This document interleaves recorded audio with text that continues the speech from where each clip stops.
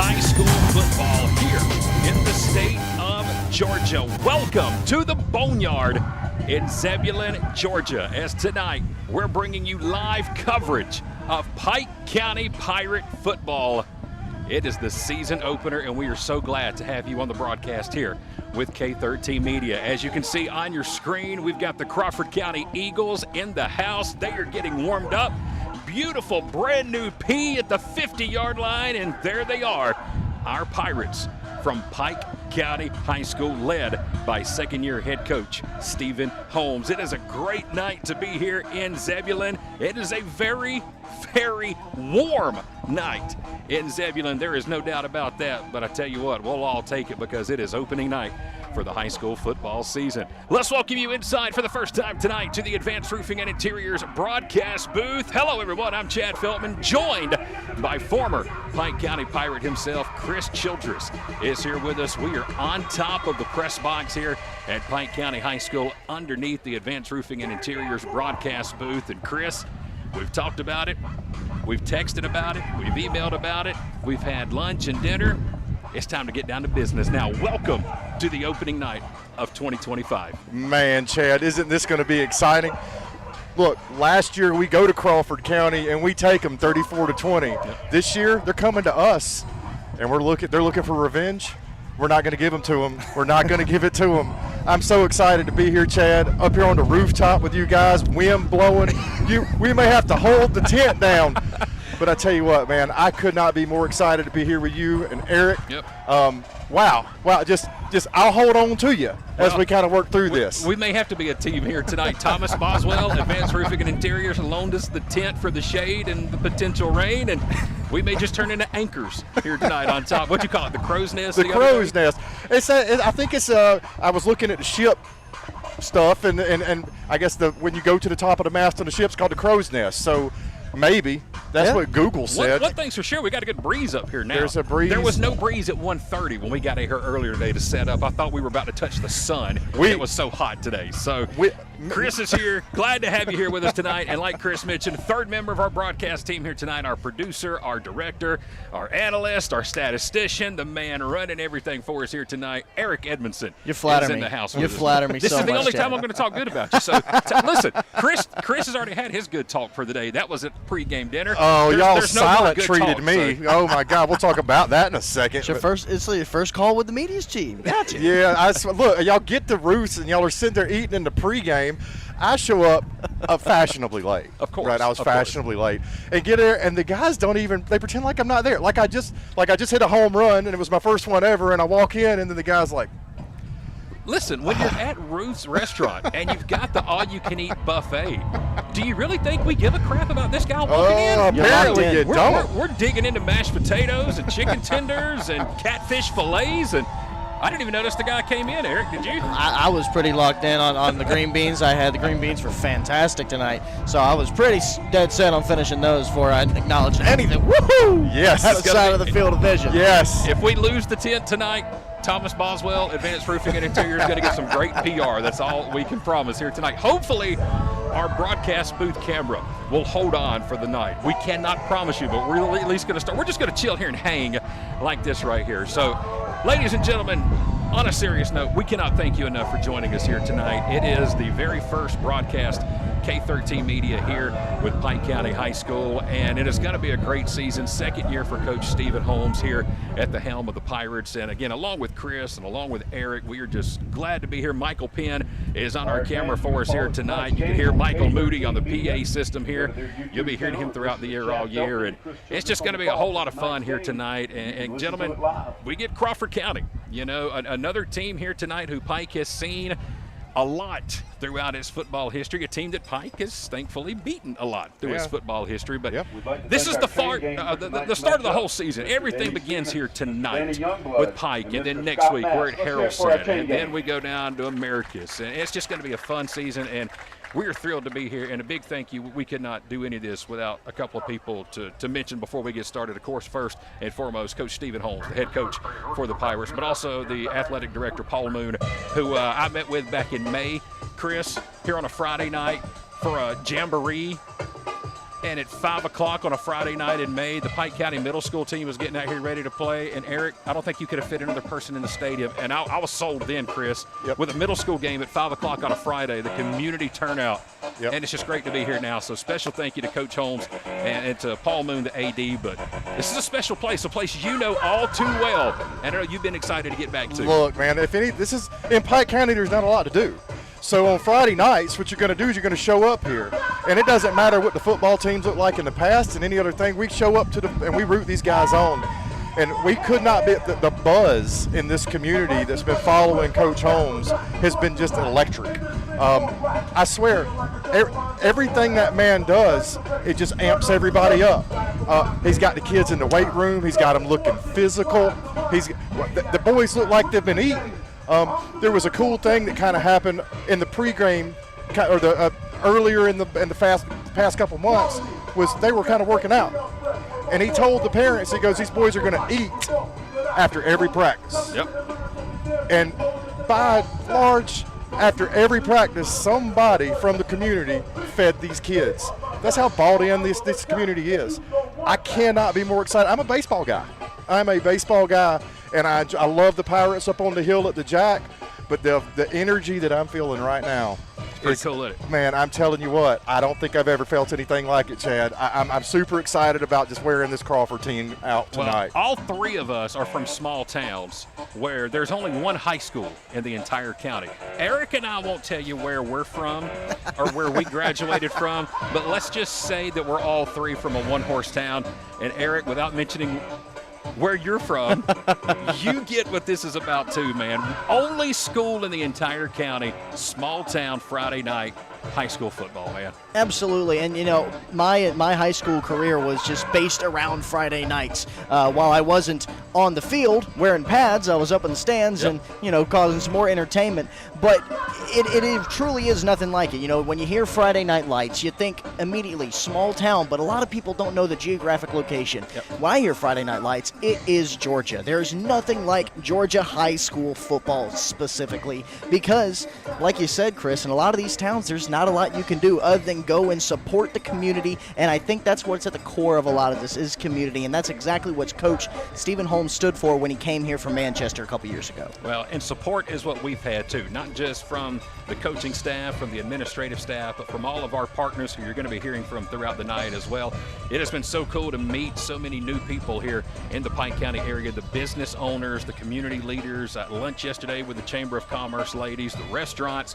We've got a lot of people who are going to be on board with us here tonight and all season. You're going to be hearing those names all night long with a lot of great features here this evening as well. And again, kickoff is coming up tonight at 7:30, so just a little over 20 minutes from right now. We're getting ready to take our first break of our countdown to kickoff. Eric's going back to the computer. When we come back, we're going to take a look at our out-of-town scoreboard and take a look at some games in our listening area, some familiar names who are also opening up tonight. And Chris, even a couple of finals, one from Wednesday, one from Thursday. We will touch on all that when we come back. But again, this is Pike County Football with K13 Media being presented tonight and all season by our good friends at Countryside Chrysler Dodge Jeep Ram in Jackson.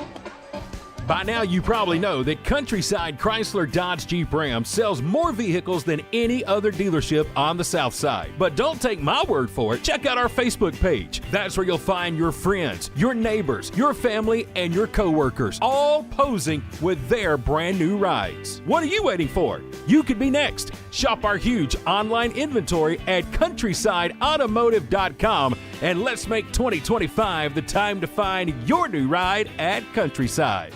When Jody Sellers and Kevin, two law firms, one mission. When Jody Sellers and Kevin Parker team up, the courtroom better be ready. Compassion where it counts, fire when it's needed, and results that speak for themselves. We fight for you like you're our family, and we don't back down, ever. Introducing Sellers and Parker LLC, your hometown law firm that provides big-time results. Call us today at 770-415-9848. Visit sellersparker.com or find us on social media at sellersparkerlf. Sellers and Parker LLC, where clients become family. Roofing, gutters, siding, painting, concrete, fencing, and more. The list goes on and on. No matter what you need done around the home or office, Advanced Roofing and Interiors can handle it all, even major storm damage. No job too big or too small. When was the last time you checked the condition of your roof? Advanced Roofing and Interiors offers free roof inspections. Don't wait for issues to arise. Contact us today for a free roof inspection. Our expert team will provide an assessment, answer all of your questions, and ensure your peace of mind. Be sure to visit our Facebook page to see recently completed projects and read real customer reviews from real customers. Advanced Roofing and Interiors is locally owned and operated, licensed and insured, and works with all insurance companies.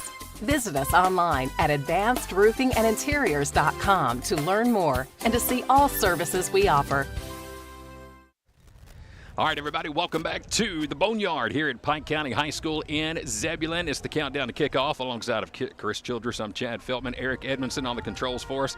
Right now, we are getting ready to go down on the field because we are going to have our national anthem coming up here in just a moment. And again, there's a great look at our Pike County Marching Pirates. And by the way, tonight, Chris, when we get to halftime this evening, we will bring our fans the entire halftime performance tonight for the Marching Pirates, presented by Henson's Outdoor Services. So we'll get to see the entire color guard, the band, everybody at halftime tonight. That'll be coming up after the second quarter. Again, our kickoff is scheduled for 7:30 p.m. this evening.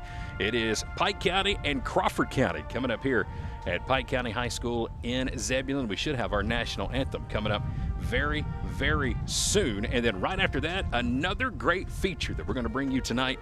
It'll be our pregame prayer presented by Christ Chapel here in Zebulon. Pastor Billy, Ricky Shepard, the whole crew jumping on board for that. So we're going to bring you that right after we hear tonight's national anthem. All right, fans, if you remove your caps as we honor our country with the playing of the national anthem.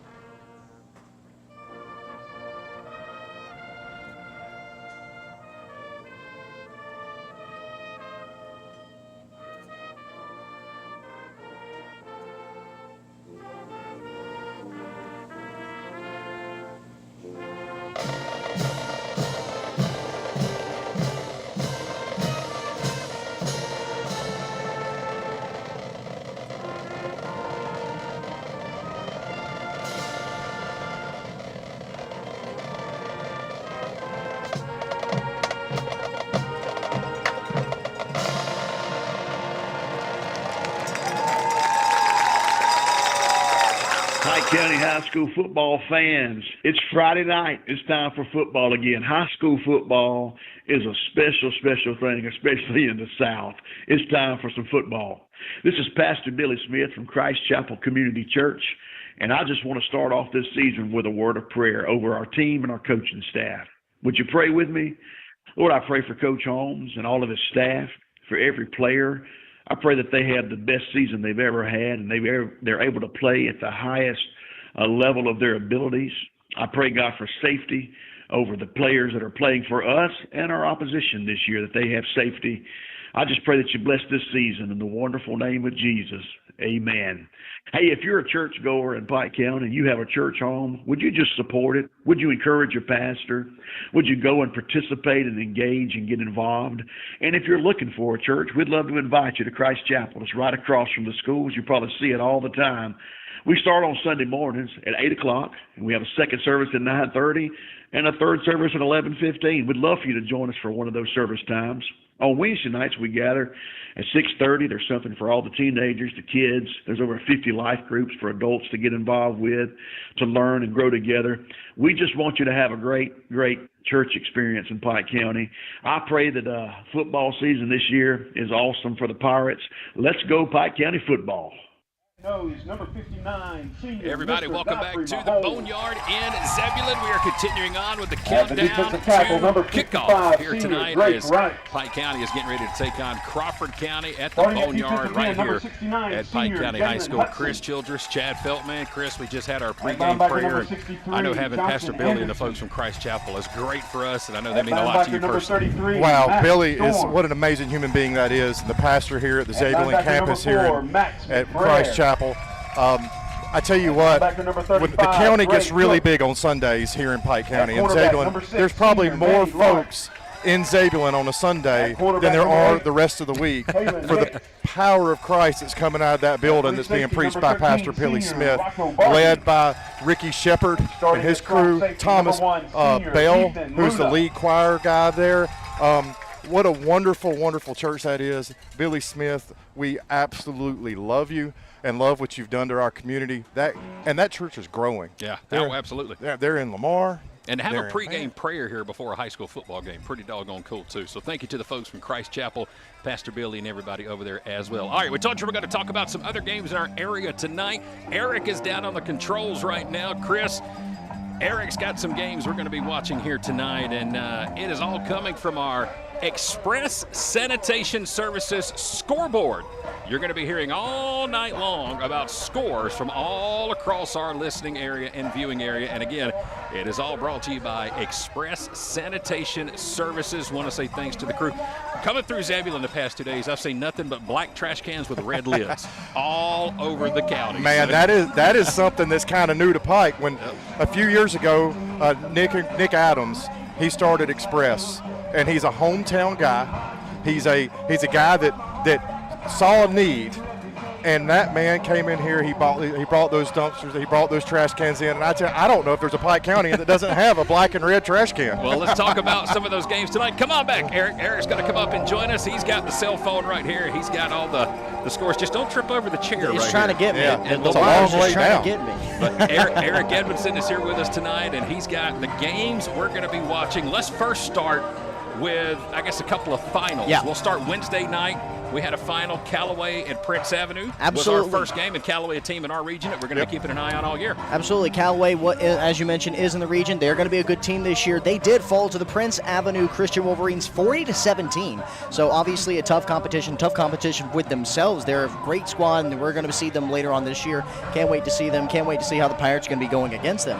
Also, that went final. The Jackson Red Devils shut out the Hardaway Golden Hawks 38-0. That went final a couple days ago. Wow. And our final that's already been finalized is the Bleckley County Royals. They beat the Rutland Hurricanes, which is also another region team for the Pirates, 35-13. Meanwhile, what we're going to be scoreboard watching tonight, we have the Griffin Bears. They're going up against the Tiff County Blue Devils. All that kickoff time happens around the same time, 7:30. So about the same time that we get going, they're going to get going. Everybody on this list is. Then you have the Union Grove Wolverines against the Upson-Lee Knights, Central Carroll Lions against the Spalding Jaguars, and the Manchester Blue Devils versus the Harris County Tigers, West Side Macon Seminoles against the Howard Huskies, Crawford County Eagles versus the Pike County Pirates, which of course I think sounds familiar. I think we're here tonight, folks. I think we got that one covered. Yep. The Howard Huskies, again, once I said the West Side Macon Seminoles, they're playing against each other. The Telfair County Trojans will be facing off against the Lamar County Trojans. So a little bit of Trojan on Trojan action happened about 15 minutes down the road in Lamar County. And our final score we're going to be watching this evening are the Greenville Patriots facing off against the Calhoun County Cougars. So there you go. Again, all those games we're going to be watching and keeping you updated on here tonight, courtesy of Express Sanitation Services. Eric will be keeping us up to date all night. And again, a couple of those finals, the Callaway game was actually played Wednesday, part of the Corky Kell Classic. Jackson was played last night in Columbus. Rutland was played last night in Macon. So 3 of the teams in our region already playing before we get at it here tonight. You don't think any of those teams and coaches will be here watching the Pirates tonight, right? Not at all, right? Everybody but Westside, they've got a game. That's true. So just some of the games we'll be watching here tonight. Again, it's from the Express Sanitation Services scoreboard. Eric will have updates for us all night long. Folks, we are less than 10 minutes from kickoff here tonight at the Boneyard. We're going to take one more commercial break, and when we come back, we should be ready to go down on the field and get ready for our captains and coin toss. That's coming up next. This K13 Media's live coverage of Pike County football live from the Boneyard in Zebulon. Highlanders Forward is more than a rallying cry. It's a way of being. At Gordon State College, Highlanders move towards a bright future with an affordable, high-quality education that sets them up for lifelong success. Our students pursue their passions through nearly 30 exceptional degree programs that lead to exciting careers across the globe. They work towards academic excellence in challenging courses taught by exceptional faculty who support them along the way. They evolve as global citizens through study abroad programs, career-focused internships, and meaningful research and service initiatives that connect them to the world they live in. As graduates, Highlanders move confidently into their futures after earning valuable degrees at a fraction of the cost elsewhere. Gordon State College is the place where forward thinkers launch their dreams and shape better lives for themselves and their families. Start the journey to your future at Gordon State College. Apply today. This is Lindsay at Thomaston Hospice. When someone you love is facing a life-limiting illness, every moment matters. At Thomaston Hospice, we're more than healthcare. We're a team of neighbors, friends, and caregivers right here in our community, walking beside you every step of the way. Connect with us on social media, visit our website, thomastonhospice.com, or call us at 706-647-2273. Thomaston Hospice is a proud supporter of the Pike County Pirates. How does Countryside Chrysler Dodge Jeep Ram in Jackson sell more vehicles than any other dealership in the area? It's simple. We have the most inventory. Regardless if you're looking for a new Chrysler, Dodge, Jeep, or Ram, or a high-quality, low-mileage pre-owned vehicle, we've got something for everybody. Be sure to check out our huge online inventory at countrysideautomotive.com, and let's make 2025 the time to find your new ride at Countryside.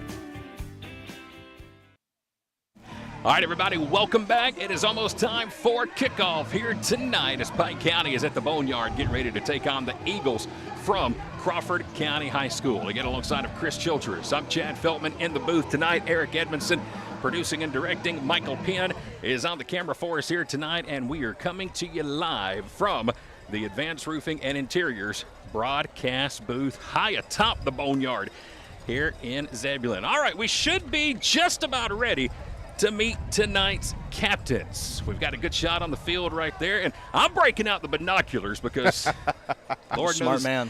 I need everything I can. All right, Chris, I'm going to call you the numbers. You circle them for us, and then we'll read them back. Let's start for the Pirates. Tonight's captains, we're going to go with number 69, number 55. We have number 6, and then we got a tall young man that's being blocked right now in the back. We'll try to get you that number here in probably just number a second. 33. 33, yep, you were absolutely right. So you got Manny Lawrence, number 6. He's a senior. Got number 33, junior Maddox Storm. He's going to be a solid linebacker we're going to see tonight. 55 is a senior Drake Wright. He's going to be at center, and he's going to be over at defensive tackle. Talk about an athlete. Man, what a kid, what a huge kid this is. A junior, number 63, Johnson Anderson. Hopefully we'll be playing right tackle and will be a backer for us. Big, tall kid. We had Coach Holmes talk about him a little bit earlier. Big kid. He was mentioned with Tucker Saporita. But the other game captain is number 69, senior Jalen Hudson, left tackle and defensive end. So we've got 3 seniors and 2 juniors. And those are the captains tonight for the Pike County Pirates. Now we'll take a look and give you the captains who's going to be coming to meet at midfield for Crawford County. They're going to be led by number 5, Lawson Cooley. Number 10, David Rodriguez. Number 12, Zion King. And number 33, Jesse Harris will be the young men coming to flip the coin right here at midfield. Another thing tonight to keep in mind, ladies and gentlemen, the broadcast is very interactive this evening. We can read all the comments that you guys can leave here for us tonight on the YouTube channel, and we highly, highly, highly encourage you to chat with us throughout the night. Let us know where you're listening from. Let us know who you're cheering for tonight. We're going to have some Pike County football trivia coming up at the start of the third quarter to test your knowledge of Pike County football. We would love for you to drop us a comment on our YouTube channel. We've already got one there. Our good friend Jody Sellers at Sellers and Parker have dropped us a comment. Love How about me, Jody. Sam Watson's tuned in from Jackson, Georgia tonight. Ladies and gentlemen, this is the best part about our broadcast, is being interactive with all of you. So again, all throughout the night, Eric is going to be on the comments. He'll be able to check and feed us the good, the bad, the ugly, and who knows what else may come our way. You know Chris. what, Chad, I love it. I love it. I love it. Jody Sellers is a huge supporter of you and everything that you do, and what a good buddy of mine. So it's going to be a choppy friendship here. You got the Childress Justice Law Firm that's going to be hosting the trivia, and you got Jody, the first person to comment on your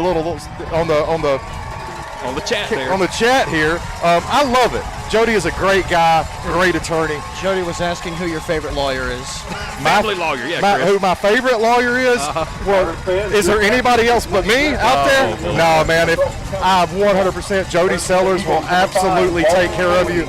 If you need family law representation, he is a fantastic attorney. Really like, Jolly Jody. All right, the captains are meeting at midfield right now. And we are going to watch the coin toss. Number 33, junior Maddox Storm. Find out who will get Number to make 55, first senior here Greg tonight Wright. at the Boneyard. They're going to Number flags 63, from the junior cheerleading Johnson staff. Anderson. Captains are at And the number 50-yard 69, line. senior Waiting Jalen on the Hudson. toss. And by the way, that 50-yard line, that big P out there, was just completed a couple of hours ago. Coach Holmes himself was out there with a couple of his coaches putting that white paint down just a few hours before kickoff here tonight. So here we go. Coin toss is complete. Let's check in with the white hat and see what we've got. It looks like Crawford County has won the toss. And the Cougars, the Eagles. Sorry about that. I'm a week ahead of myself. Is going to take the ball first. So we're just about ready to go. Glad to have all of you here with us. So excited. It is opening night for the 2025 Georgia High School Association football season. Pike County and Crawford County. And we are live tonight from the Boneyard in Zebulon. There are the Eagles, who have made the trip from Roberta, Georgia, just down the road, coming through and taking the field. A few boos from the crowd here at the Boneyard. Oh, let's just add to it. It's so good. All right, fans, it's Friday night in Pike County. Now we are time to getting get on ready your feet because it's time for to some tee it up in high the school Boneyard. football. If your colors run red and black, then get on your feet and cheer Crawford for County your again, won the toss. 2025 Pike County Pirates. Eagles will kick it off, will receive. Pike County will kick it away. First game of the season and our first quarter being presented by Countryside Chrysler Dodge Jeep Ram in Jackson. So happy to have Countryside on board with us as our presenting sponsor all season long. And the Pirates taking the field, getting ready to kick it away. Opening night, it is a warm, muggy night here at the Boneyard. And last check, we were showing 87 degrees. And it is hot, sticky, and just muggy here tonight. Pirates are going to kick it away, and kicking it is going to be number 72, Jack Hammond.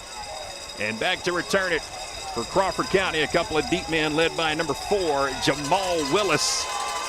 And number 7, C.J. Anderson. It's teed up at the 40. Ladies and gentlemen, we're ready. Welcome to the 2025 Pike County football season. Let's go!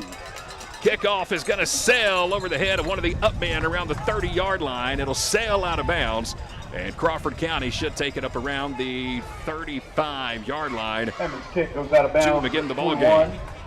So it's going to be 1st and 10 here for Crawford County. They're the team in the yellow helmets. They got the white tops, the purple pants. And Chris, I don't know about you, man, but this Pike County bunch out here giving us some shades of some previews of what's to come in Athens here in a few weeks. I love it. Yeah, red and gray. All right, here come the Eagles. Coming off a 5-6 season in 2024. Going to be led by their quarterback, number 5, Lawson Cooley. Cooley will work under center. The Eagles put a man in motion to the far side. Cooley going to toss it, and it's off the back's hands. It's going to be loose all the way back to the 20 to the 19-yard line. C.J. Anderson could not control the toss, and it's going to be a huge loss for Crawford County on the first play from scrimmage. And yeah, he just turned it right around and flipped it right back to the running back, and it went right over the top of his head, Chad. Just right off his fingertip. Yeah. And C.J. Anderson's going to be a huge player for these Eagles this season. He was one of their top players last year, and they play a lot of schemes around him. Also, we got Kenny Harris and Richie Norwood checking in on the live stream. Pierce Belvin is checked in the backfield with Cooley. Cooley drops back, sets up a screen. It's going to be complete around the line of scrimmage and hit from behind. There's 4 or 5 red helmets in there on the stop. And again, it was C.J. Anderson. Tackle made for the Pirates by number near 55. the 30-yard line. Still going to be well shy of a first down. It's going to set up third and about 17. Just a quick little screen out of the backfield for Crawford County. They're at their 28-yard line, facing third and 16. Tell you what, Drake Wright really laid the lumber on that hit. Big play here for the Pirates defense, trying to force a 3 and out. Again, it's Cooley, the quarterback, going to work out of the gun. He's got Belvin back there now to his right. Third and 16, Crawford County. They'll put Anderson in motion here to the near side. Cooley waiting on the snap. He's got it. Going to drop back, looks to throw. Quick slant. It's going to be knocked away. Man, Anderson came in and just pushed that away, Chad. Just about had an interception. Wow. And it's going to be 3 and out for Crawford County. And they will be forced to punt it away here early in the first quarter. Back to return it here for the Pirates. We got a couple of deep men here. It's going to be number 13. That is going to be Rocco Barbie. For the Pirates, number 13, senior Rocco Barbie. Along with number 8, that is Keelan Yates. And back to punt it here for Crawford County. This is going to be number 10, David Rodriguez. Rodriguez from his 15-yard line. Not a lot of pressure. Gets the kick away, and it's a pretty good kick. It's going to be taken back around the 35-yard line. Pirates going to go on the far side of the field up to about the 49-yard line, and that is where number 13 Rocco Barbie. Tackle made by number 4. Take it up 2, and the Pirates will set up 1st and 10, just shy of midfield. They're actually going to put it at the 48-yard line. So for the first time tonight, takes over on the 48. We are going to see the Pike County quarterback come out. This is going to be number 15, Braden O'Connell. O'Connell, a sophomore, and he will lead the offense for the Pirates. Just underway, 1 possession in. Pike County with the ball for the first time here tonight. O'Connell going to work out of the gun. 1 man stands to his right. That is Elijah Primo.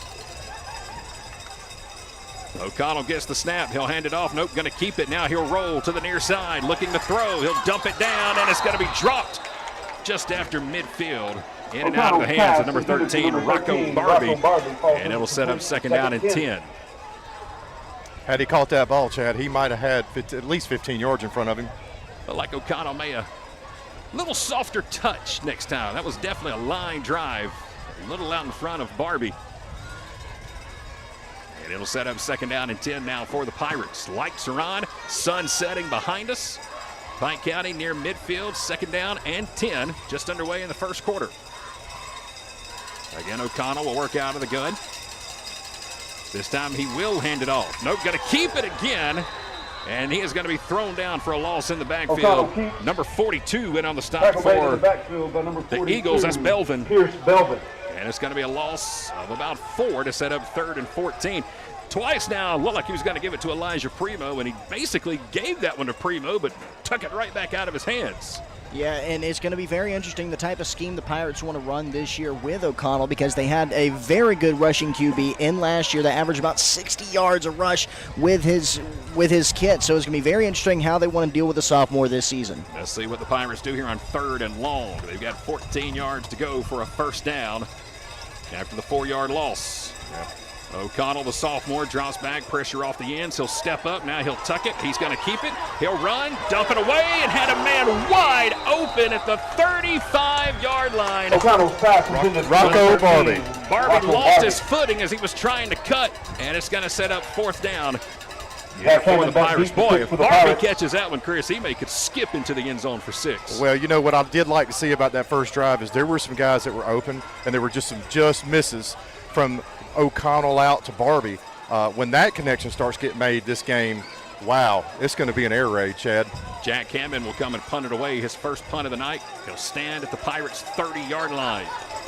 9:24 to play, first quarter just underway. Both teams unable to convert anything on their first offensive possession. Now Hammond with his first punt, not a lot of pressure. Low line drive, end-over-end kick. Let's see if it takes a Pirate bounce inside the 30, and they're going to bring it up to about the 28. No, they're still going to mark it up. Wow, all the way up to the 32-yard line. So that is where the Eagles will take over first and 10. All right, Chris, Eric, let's go to our comments. What we got? Anything good from our YouTube live chat here tonight? I see the lines are starting to light up. Well, like I said earlier, we had Kenny Harris checking in. They're checking in from Forsyth Fire Department in Monroe County. They're a class of 2014 graduate with Pike County, so they're giving us a lot of support. And Richie Norwood's checking in from Columbus, Georgia. And he's very appreciative of us tonight. And, hey, we're very appreciative of us being here as well. It's a fantastic opportunity. It is, and for the first time today, we got a breeze. Well, I tell you, there's a lot of Pike County in the stands, guys. All right, first down and 10. Eagles have it. Cooley, the quarterback, Belvin to his right, and now we have a whistle. Do we get a timeout? We do. A timeout taken by the Eagles, which leads us to our first timeout of the ball game, presented by Advanced IV and Wellness. Big thank you to Katie Boswell and the staff at Advanced IV and Wellness all season long.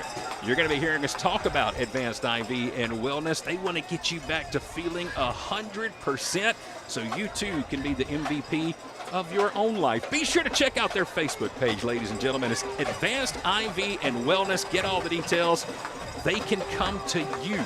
You don't necessarily have to come to them, and they'd be happy to take care of you. Again, that's Advanced IV and Wellness. First time out of the ball game, coming with 9:17 to play in the first quarter. No score, second offensive possession. Here for Crawford County, they're working from their 32-yard line. And now they're going to be in a pistol formation. Cooley's going to work under center. He's got Belvin and Anderson in the backfield behind him. They're going to go to Anderson. He'll cut it up the middle, get across the 35 to about the 36 or 37. And there's about 3 red jerseys on the bottom of that pile for Pike County. Keelan Yates, number 8. He'll make the stop after a 5-yard pickup for Anderson. It's exciting to hear Keelan Yates. This is a freshman. Wow. He is a freshman, Chad. He's maybe the only one on the field. Second down and 5 after the 5-yard run by Anderson, who Eric was telling us just a few moments ago expected to have a monster season for Crawford County. And by the way, glad to have all the Crawford County fans tuned into the broadcast here tonight. Big thank you to Miss Karen Knight, one of the administrative staff at Crawford County, for passing out the link and helping us with some Crawford County rosters to get ready for the game. Here's another handoff. And just shy of the 40-yard line, it's Anderson once again. Anderson with the He's going to be about 3 yards shy of the first down. Number 4, Max It'll set up 3rd and 4 from the Eagle 39. Yeah, Anderson last year, 445 total yards for him. The national average, 136. So he's a guy that they love to run through. Him and Purse Belvin are going to be huge fixtures in this offense and defense for the Eagles this year. Right, he's one of 5 defenders that played last year for the Pirates that are playing again here tonight. 3rd and 4, toss to the right side. Anderson cuts it back in. He's going to be stopped shy of the first down. He got it to about the 40, maybe close to the 41. But he is stopped 2 yards shy, and it's going to set up 4th and 2 for the Eagles. He tried to cut it back in on that toss But there were too many red jerseys there to stop them. And now let's see what Crawford County is going to do on 4th and short. Haven't seen the punt team come out yet. Well, they're still deep on their side, being on the 40-yard line. Well, they may try to at least come out and draw the Pirates off sides. That's exactly what they're going to try to do. 4th and 2. Wildcat formation here for the Eagles. And we're going to have another timeout taken. Crawford County will use this second Crawford timeout. County will want to talk about it. Again, this timeout presented by Advanced IV and Wellness. Hey, let's tell you about these two teams real quick. Again, first game of the season for both teams. Next week, both teams will be on the road. Crawford County is going to be over in Milledgeville to take on Georgia Military. And Chris and Eric and I are going to be out in Tallapoosa as Pike County will travel to take on Haralson County. And yes, we have been given permission to broadcast next Friday night. Thank you to their AD, Brian Williams, at Haralson County High School for the hospitality. They've already got us a spot ready to go next Friday. So road trip out I-20. Boys, out toward the state line next Friday. Fans, let's get loud on 4th down. All right, 4th and 2. Pirate fans getting loud at the Boneyard. New quarterback into the ball game, Jackson Malden, number 11. 4th and 2. Actually, now it looks like they may come punt it away. They will indeed. Here's the kick away from the Eagles. Man, what a kick. Nobody back to return for the Pirates. It'll take a bounce around the 26 and roll down inside the 20. It's still rolling all the way down to around the 17 or 18-yard line. Another good punt by number 10, David With the bounce, the Pirates will take over on the 18-yard line. So Pike County's defense left. does its job once again. 6 minutes and 58 seconds remaining here in the first quarter. No score as the Pirates get ready to come out on offense for the second time tonight. So glad to have everybody with us on the broadcast. We are live from the Boneyard here in Zebulon, high atop the Advanced Roofing and Interiors broadcast booth, alongside of Chris Childress, Eric Edmondson. I'm Chad Feltman, Michael Penn running the camera for us here tonight. And we've even got our first celebrity of the night up here in the booth. The one and only Greg Parrott has made his way up here with us. Absolutely. Man, love to have Greg up here with us. I almost took my headset off and gave it to him, Chad. He'll come get it in a minute, trust me, I promise. All right, new set of downs for the Pirates. O'Connell, the quarterback. This time he'll work with Samaj Smith, number 2 in the backfield with him. A high snap. O'Connell's got to track it back. He's got it. Looks to throw, and Wisely will just throw it away. Smart that could play. have been, smart play for a 10th grader at that. Not to try to make something happen, especially back deep in his own 10-yard line. And he'll live to see another day. And I guarantee you that's something Coach Holmes and this coaching staff has beat into his head. Young man, just see another play. That's right. Don't make a boneheaded play. Live to see the next down. Great play there by O'Connell. Well, Coach Holmes did say that O'Connell's had to earn that job and earn that spot. And I guarantee you that it's him having the smarts and the wit to be able to throw it away after a play like that is why he's behind that offensive line. This time O'Connell's going to fake it. He'll keep it. Going to get hit from behind and going to get thrown down all the way inside the 5-yard line. It was number 9, Colton Cavender. By number 9, Colton Cavender. And let's see how far back they're going to mark O'Connell. He was hit right around the 10, but Cavender's momentum took him all the way back inside the 5. And that's going to be another big loss for the Pirates.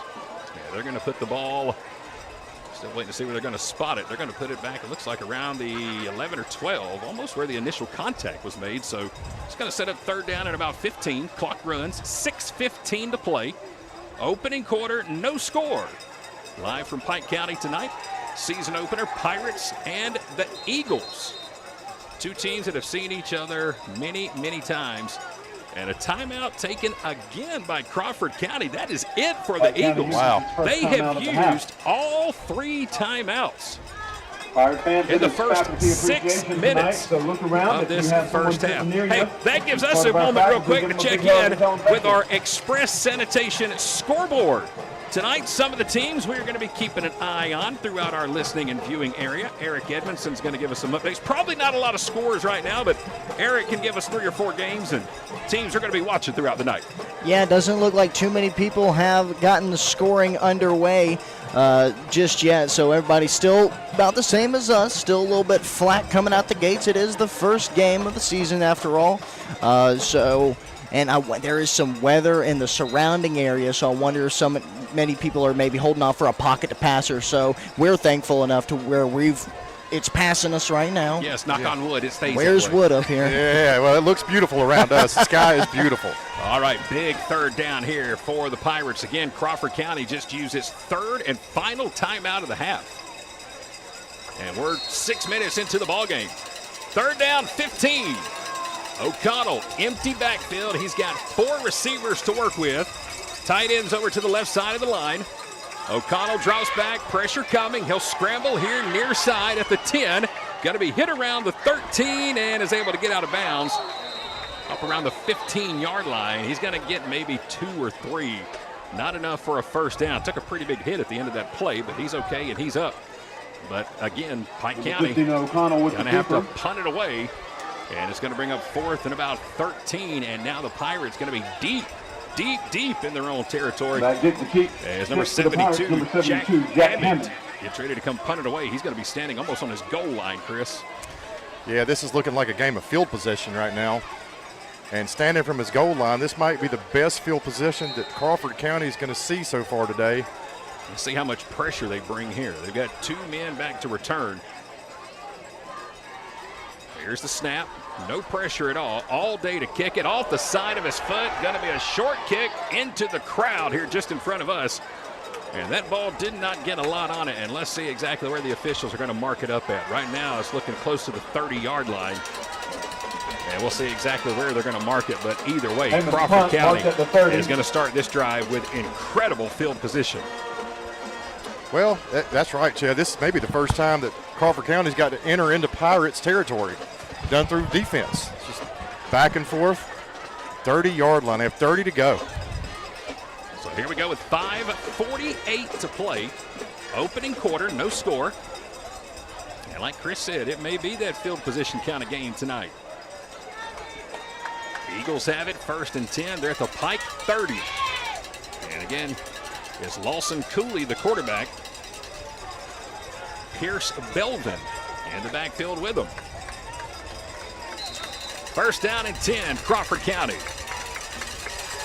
Cooley's going to take the snap, looks to throw, dumps it underneath, almost intercepted. The pass is incomplete to the 22. Intended for number 14, Nathan Farrell. And a name you're going to hear a lot tonight, Tucker Saporita. Almost came away with that one. The ball was underthrown, but Saporita, who traditionally you're going to hear a lot about him on offense, almost was able to step in front of that pass and pick it off. It's going to bring up 2nd down and 10 here for the Eagles. Yep, Saporita, 6'4", 205, works as a defensive end as well. There you go. Solid junior for the Pirates. Cooley going to swing it out from the backfield. Pirates are all over it. Going to be a loss on the play. They try to swing that pass out of the backfield. Manny Lawrence shuts that down, number 6. Complete to number 14, Max Nathan Farrell. McBreer, also number 4. By number 6, Manny Lawrence. In there to help out on that. Pass was to number 14, Nathan And then over Farrell. tackle number 4, Max McBreer. So it's going to be a loss of 2. It's going to set up 3rd down and 12. And now the Eagles going backwards. They're at the Pike 32-yard line. 5:08 to play. Opening quarter, no score from Zebulon. 5 receivers for the Eagles.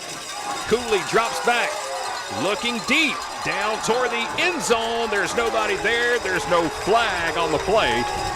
And it's going to set up a 4th down. Again on the coverage, Manny Lawrence, number 6. There was no chance of that ball being caught. And it'll set up 4th down and 12. Well, I don't think there's any surprise that they were going to come out here throwing. They had 36 pass attempts last year, Chad, and different quarterback. Yep. Different quarter. Both teams have different quarterbacks, but it certainly looks like they've come out here to throw the ball. 4th down and 12. Crawford not going to punt it away. They're at the Pike 32. Again, they've got 5 receivers. Now Anderson going to come stand beside Cooley in the backfield. And we've got a flag, and it looks like we're going to have a procedure penalty against Crawford County. So that's going to back the Eagles up 5 and make it 4th and about 17. The Eagles to back them up 5 more First yards. penalty of the ball game. 4:52 to play, 1st quarter. Yeah, I think 77 looked like right guard 77. Hunter Rice might have get a little excited. Jumped off sides. So let's see now if that changes the game plan here for the Eagles. They're deep in Pike territory. They're going to come out and at least show punt. Back deep to kick Standing right for at the Eagles, number 10, 50-yard line is David Rodriguez. Rodriguez, number 10. And maybe now just trying to pin the Pirates deep as number 13, Rocco Barbie, is deep for Pike County. See what Rodriguez, his third punt of the night. A short little pooch kick, and it'll barely make the original line of scrimmage. Out of bounds around the 28-yard line. Pirate fans, let's hear it for that defense as they come off the field. So Crawford does its job. They'll pin Pike deep, but the Pirates do their job as well. The defense shutting down Crawford's offense for the third straight possession. And now we'll see the Pike County offense come back out on the field with 4:44 remaining in the opening quarter. Before we get this play, folks, we just want to invite you to check out all the great sponsor logos you're seeing right here on our scoreboard all throughout the year. These are the names. These are the advertisers. These are the supporters who are helping you watch tonight's game for free. Keep that in mind. So a big thank you to all of our partners here in 2025. You can see them scrolling across the bottom of your screen. We can't thank all of you enough. Without you, we're not here tonight. First down and 10, Pike. O'Connell going to take the snap, going to swing it over here to the near side, out of the backfield. There's a block at the 30, and up across the 35 to about the 36. Number 2, senior Samaje Smith. That is going to be Smith who's got it. And it's going to be about an 8-yard pickup. It's going to set up second down and 2 as the Pirates get it up across the 35 to the 36. And he was just missing on those passes earlier. That one looked really clean and easy. Oh, wow. If he starts connecting there, it can turn into that air raid I'm expecting. Just something short. Let your receivers do the work. Second and 2. And this time, O'Connell will hand it off. It's going to be Smith once again who'll lower the shoulder pad. They're going to mark him right at the first down marker on the forward progress. And off to number 2, senior Samaje Smith. Let's close see if they're for the going first to down. give them the first. I haven't First seen the down on the indication Eagles, yet. number 11. There it is. First down, Pirates. Jackson Molden. Samaje Smith needed 2. And he Hey, got picks up about the 2 Pike and a County. quarter. First down. First down, Pirates. And that 3:45 to play, opening quarter. And that is absolutely no surprise. Samaje Smith is one of the top rushers from this team last year returning, and of course the senior is definitely going to get a lot of looks behind there. So a new set of downs here for the Pirates. First down and 10. Pike has it at their 38-yard line. Again, 4-receiver set. Samaje Smith will stay in the backfield now to the right of O'Connell. Here's the give, and we've got a whistle on the field. I see a flag deep in the secondary. And let's see what the call is going to be. Looks like we're going to have a delay of game against the Pirates. That'll be their first penalty.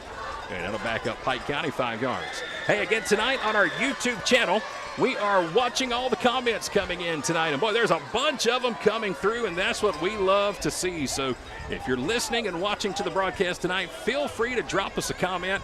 Love to know where you're watching from. That's my favorite thing about the interaction of the broadcast. Also, who you're cheering for tonight, what team, where you're at. Maybe you got some great memories of your high school playing days. Eric's got the comments in front of him. We're monitoring those all night. First down, 15. Smith on the carry. Off to the left side is going to back his way up near the original line of scrimmage. He's going to get about 5 yards. Up here about the 38-yard line. In on the stop is number 44. That is going to be Landon Partain. He's at the bottom of that pile for Crawford County. And it'll set up second down and 10. Opening night of the high school football season for us. Glad to have you all on the broadcast alongside of Chris Childress, Eric Edmondson. I'm Chad Feltman, Michael Penn on the camera for us tonight. K13 Media's live coverage of Pike County football, presented by Countryside Chrysler Dodge Jeep Ram. Second down and 10. Empty backfield for O'Connell. Looks left. Pressure coming off the end. Now he'll tuck it and keep it. There goes the sophomore. Near midfield. Across midfield. Hit hard from behind, and here come the flags. There's 1, 2 flags on the field. O'Connell takes it up near the 40, and on the tackle for the Eagles, Chris, number 11. I think Ray Charles could have saw that face mask coming in. Ooh, man, I saw it, and I wasn't even looking. No doubt about that. Wow. So get ready to tack on 15 to the end of this play, which was a great run by O'Connell. Wow, he got snatched down by his face mask, then popped back up as they, like, do it again, please. Wow, O'Connell is coming with some serious energy for a sophomore leading this squad. We had Richie Norwood in the comments make the comment that O'Connell's giving up some Cody Adams vibes. He is fast, he said. First down and 10 for the Pirates. After the 15-yard face mask penalty against the Eagles. Here's O'Connell again, out of the gun. He'll take the snap. This time he will hand it off to Samaje Smith. Gets an outside corner, and he'll take it up to the 20-yard line. Hand off to number 2, being brought down by John Smith. Sanford, number 6, Tackle made for by the number Eagles. 6. And let's see John where they're going to Sanford. mark it. Are we inside the 20? Almost, Eric. Hold on to that. I know what you're trying to do here. Because when we get inside that 20-yard line, we are in a certain territory that I cannot wait to shout out. Hopefully we get it after this play. Man, we are millimeters out of that territory. Wow, I mean, how's it not touching that 20-yard line right now? It is 2nd down and 4, just shy of the 20.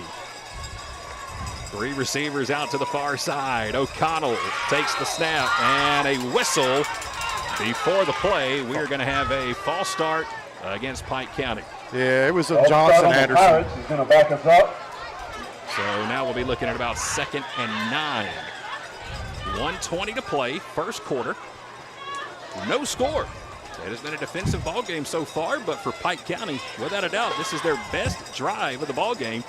And a lot of it has been due to the sophomore play by the quarterback, number 15, Braden O'Connell. The face mask penalty certainly helped us get down near the 20. 2nd down and 9. Yeah, that was a huge 3rd down and 10 run. He had to save this drive.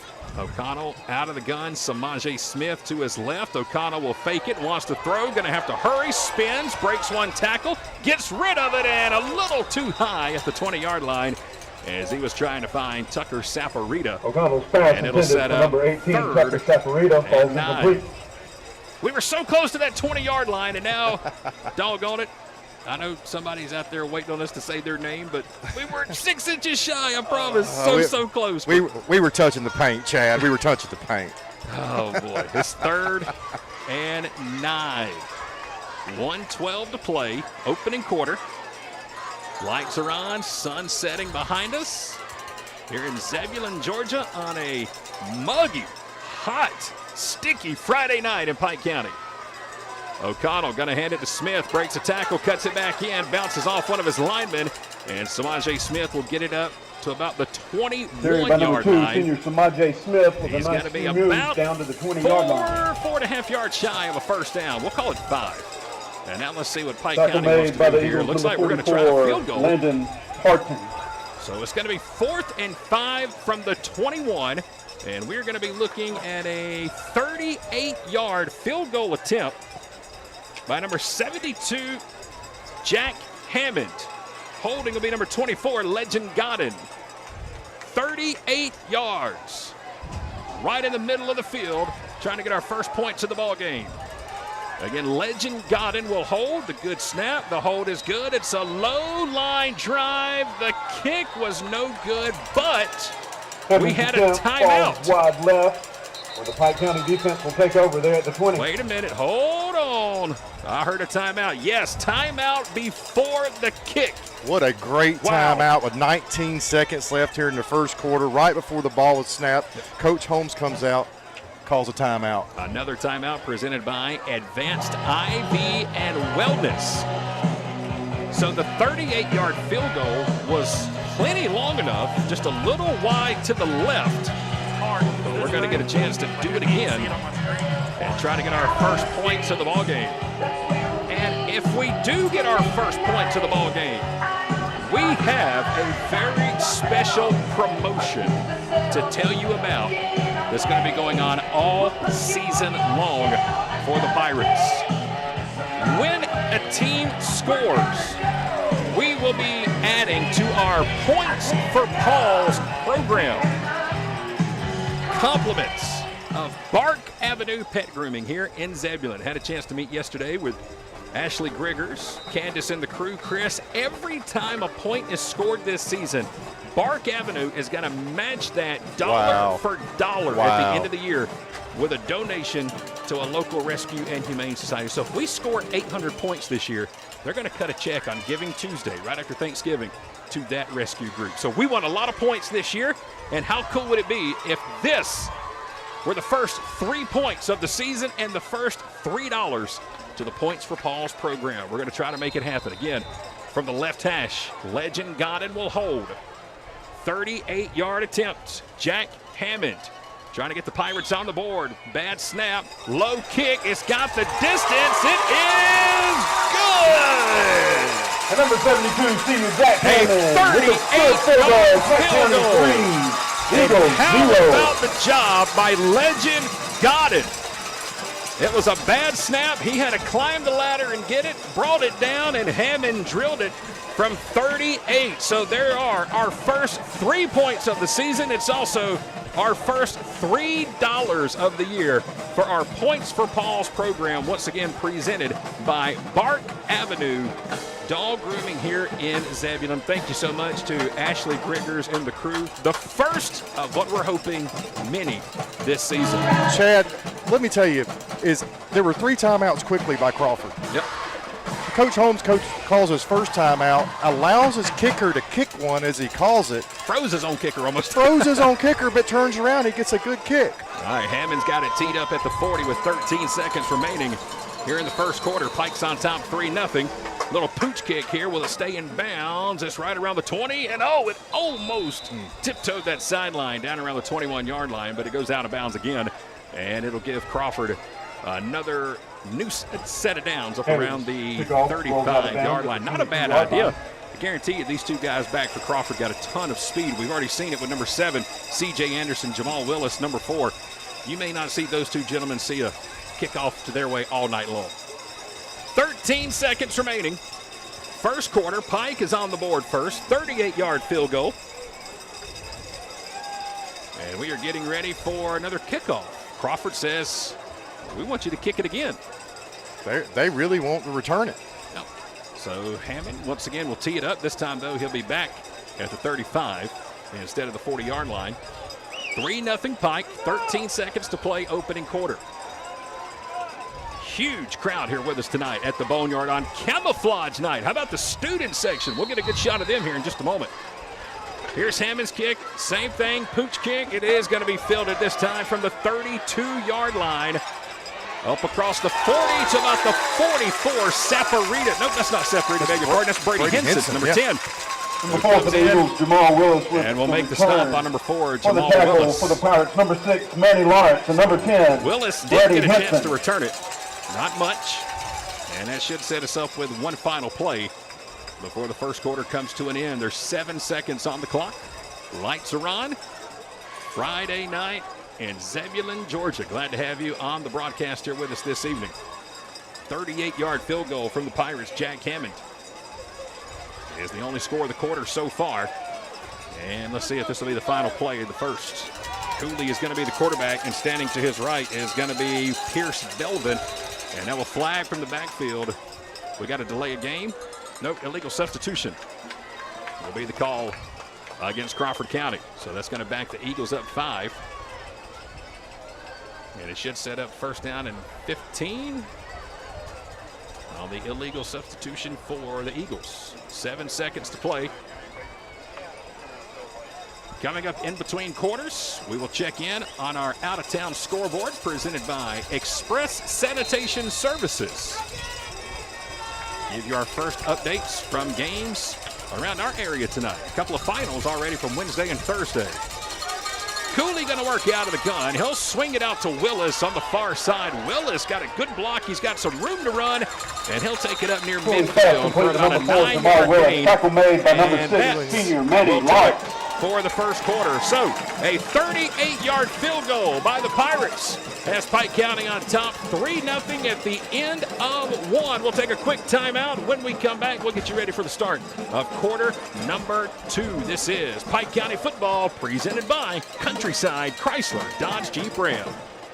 Some people just prefer a pre-owned vehicle over a new vehicle, and that's perfectly fine with us at the Countryside Pre-Owned Supercenter in downtown Jackson. Cars, trucks, vans, Jeeps, SUVs, we've got them. Financing or cash cars. Sometimes we've even got campers, boats, jet skis, and motorcycles. If pre-owned is your thing, then stop by and see us Monday through Saturday at the Countryside Pre-Owned Supercenter, located next to Piggly Wiggly in downtown Jackson. Getting ready for the start of the second quarter. It is 3-0.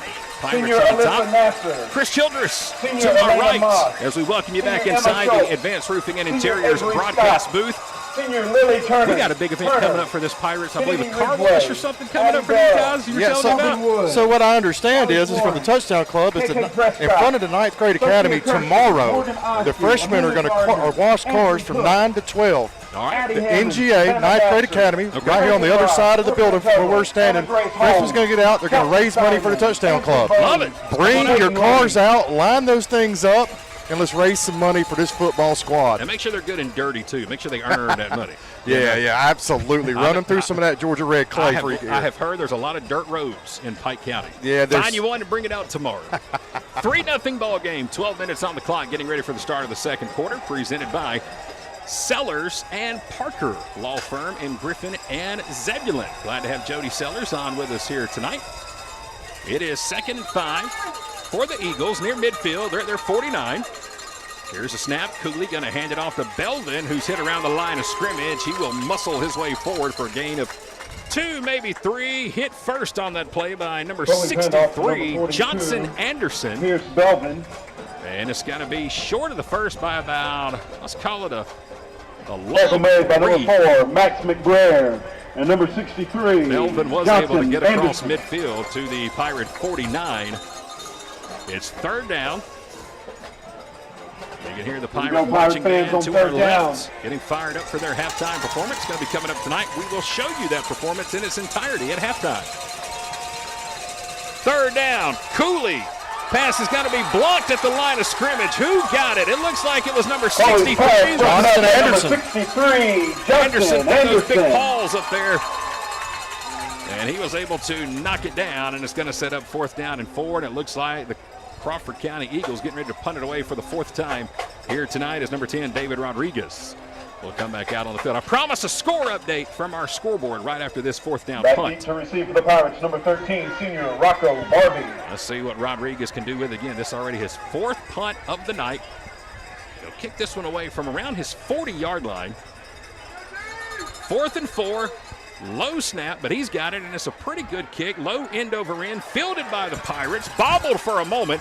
There's one tackle broken across the 30, 35, up to about the 36-yard line is number 13, Rocco Barbie. Senior Rocco Barbie with the nice And the Pirates will set up 1st and 10 made by number right around at 11 for the 36. Eagles, All right, let's check Jackson back in with Eric Edmondson. It's our Express Sanitation out-of-town scoreboard. Eric, what you got for us? Thank you much, Chad. Yeah, we got a couple of new scores hitting the board. Griffin Bears, they're trailing the Tiff County Blue Devils. 7-0 ball game there as they are in the first quarter. Just getting started in the second quarter. The Central Carroll Lions are up 3-0 on the Spalding Jaguars, and a 77-6 lead for the Harris County Tigers over the Manchester Blue Devils. That game in the first quarter as well, and then 8-6 in the Trojan on Trojan affair. Did you say 77-6? No, 7-6. Okay, Sorry about that's my fault. I thought I heard 77 too. I was like, 77-6 in the first. Yeah. Here's O'Connell's pass on 1st down. It's going to be short as he was trying to find O'Connell's Barbie. pass intended for number 13. I could have swore he said 77-6 in the first quarter. I was like, oh my gosh.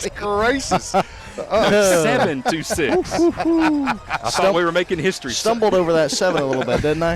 Again, want to say thank you to the great folks at Express Sanitation Services for updating our scoreboard all night and all season long. Big games around the area tonight. Throw that 77 in the trash. In an Express Sanitation trash can. I see what you did there. Good job, Chris. Good job. I'm here all night. It is 2nd down and 10. O'Connell this time going to set up a screen. He'll find Barbie. Barbie gets a block. 35, 40, up to about the 43-yard line. Just shy of the first down before being brought down by Keith Cavender. There's a couple of Cavenders on this Eagles team here tonight. That one was Keith, number 2. Number 4, Jamal Willis. Yeah, it's going to set up third and about 4 for the Pirates. Yeah, Keith Cavender Jr. listed as a QB and full safety, brother of the linebacker Colton Cavender, who we saw earlier today. There you go. He was in the running to possibly be the QB tonight for the Eagles, but Lawson Cooley taking snaps in that spot. Well, never say never. Yeah. It is 3rd down and 4 for the Pirates. 10:15 to play in the first half. O'Connell going to work out of the gun. He's got Smith standing to his right. He'll hand it to Samaje. He'll try to get a block. Now cut it back inside. Hit from behind, but he's going to have a first down. Number 2, senior And Samaje Smith turns it upfield. Good for takes it Pike across County. the First 50-yard down. line to the Crawford County 47. First down, Pirates. Good-looking Great run. Tackle for the Eagles made by number 34, Nathan Run Adams. by Smith to be patient. And instead of just exploding to the hole, Chris, he really let his blockers get up, do their job, and he was able to just follow right in, and it's going to be first down for the Pirates. Samaje Smith with another nice run. Right on top of that white, red, and black P in the middle of the Boneyard. First down and 10, Pike. Smith now to the left of O'Connell. Going to go back to him. Samaje trying to make something happen. This time not much going. We do have a flag on the far side of the field. Let's check the Number 2, senior flag. Samaje Smith with the No carry. gain on the flag. play. Stop was made by number 74, False start against T. Pike County will Colbert. back us up. So a false start will make it first down and 15. 9:18 to play again. It's camo night here at the Boneyard. It is absolutely packed out from one end to the other. Standing room only. Yeah. All the way to our right near the main gate this evening. What a night. What a crowd. How cool is this to be here, man? This is my 22nd season doing this, but this is just as cool as ever, man. It's awesome. Well, it's not unexpected. I mean, Pike County has shown up again. These students out in front of us, man, all the camo they're wearing, it feels good. The vibe is great. Parents everywhere. There's just – it's a mixture of black and red and camo. Love it. All of it. And it is packed. First down and 15 after the false start penalty on the Pirates. Again, 3-0 our score. A 38-yard field goal. There's a good shot of our crowd. Michael Penn on the camera showing you what it looks like here at the Boneyard tonight. 38-yard field goal late in the first quarter by Hammond, our only score of the ball game so far. And now we're going to have another whistle. The entire right side of the line, including the receivers there for Pike County. False start against the Pirates. All getting a head start. So back-to-back false start penalties will make it first and 20. Quickly, also want to let everybody know that tonight after the game is over, we will give out the award for our Sellers and Parker Player of the Game. And that player, ladies and gentlemen, is going to get a free meal to go see our friends at Ruth's Restaurant right here behind us at Pike County High School. And by the way, they are going to be open tonight until at least midnight, maybe even later, depending on how long we're going to be there to take care of everybody after the ball game. More on Ruth's after this first down play. First and 20. O'Connell flushed out of the pocket, dropped, hit from behind, ball's loose, picked up by the Crawford County Eagles.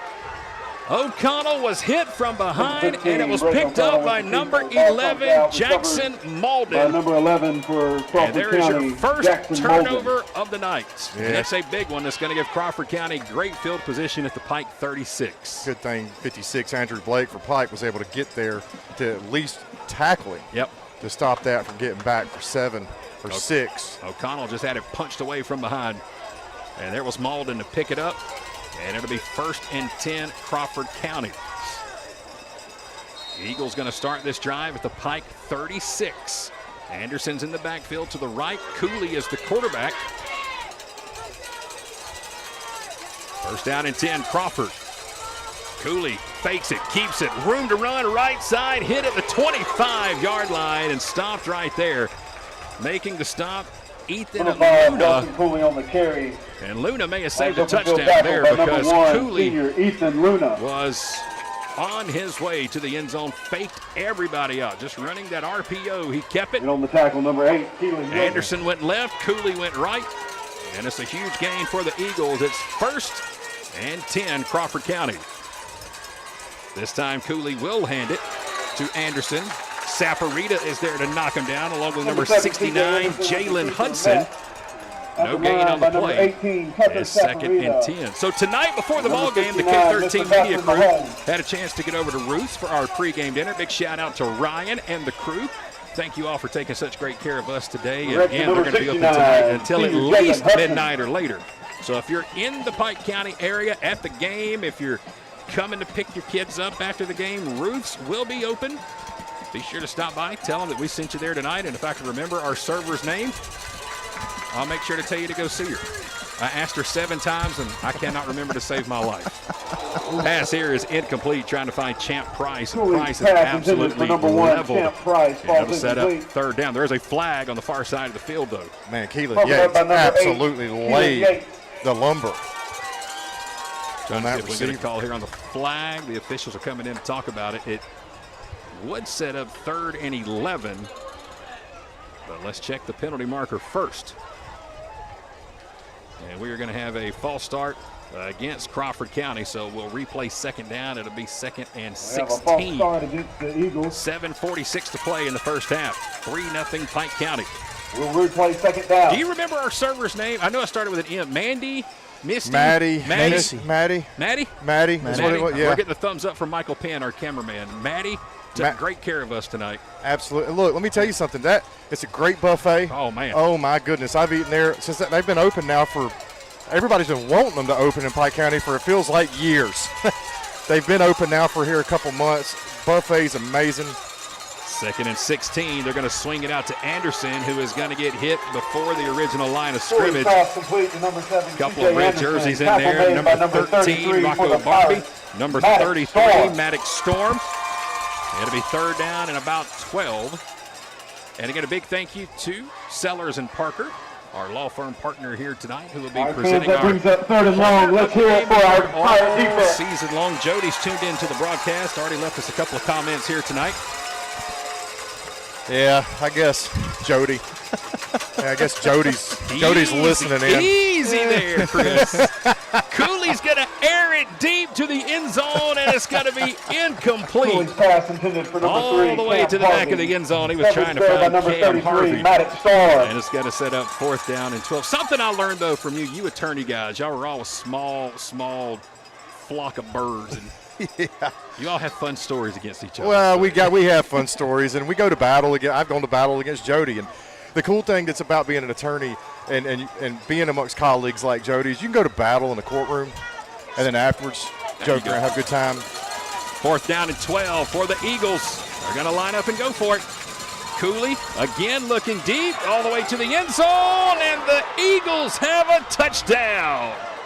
4th down and 12. Complete to number 5. There is a flag. Roughing the passer is going to be the call. It is Jamal Willis, number 4, who takes it in for 6. Eagles 6, Pirates 3. 4th down and 12. Jamal Willis running down the far side of the field, got behind the secondary, and Cooley just hung it up there for the first points of the night for Crawford County. And now they'll try to tack on the point after to make it a 7-3 ball game. It's going to be David Rodriguez. So we'll try to make it after, right into that big Pike County Pirate skeleton. It leads to the field house here at the Boneyard. Boy, talk about clutch. 4th and 12. And the Eagles convert.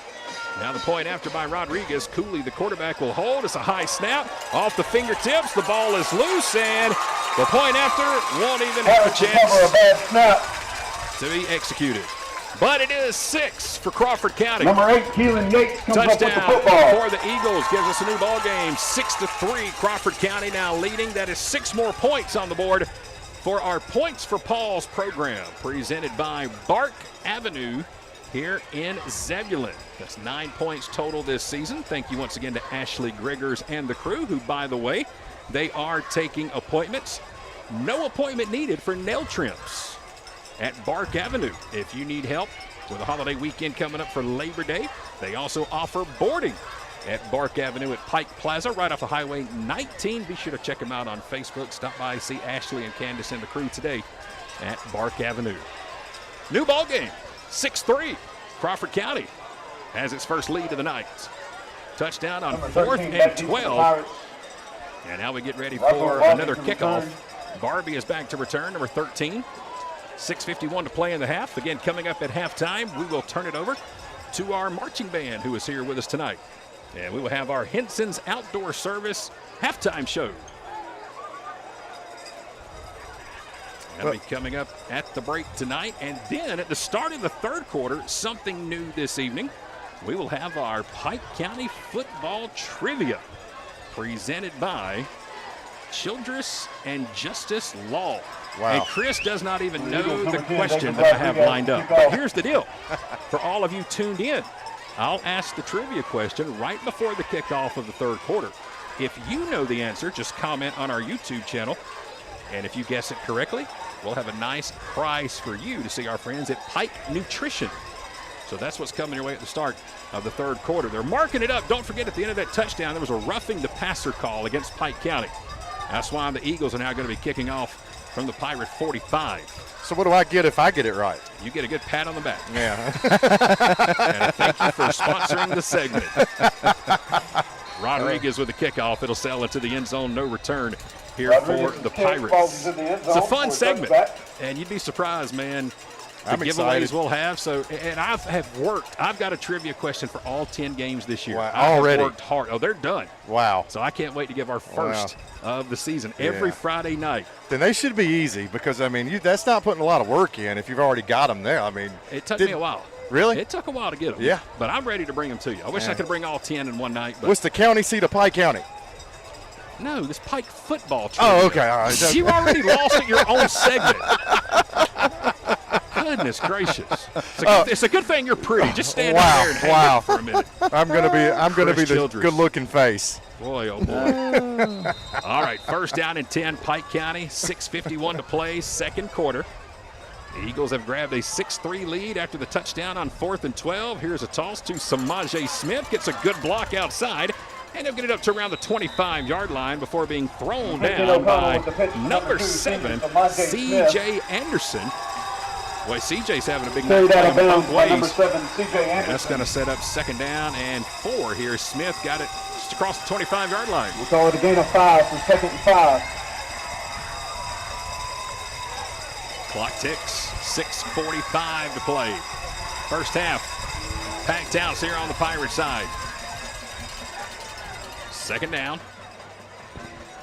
O'Connell out of the gun. Again, he's got Smith to his right.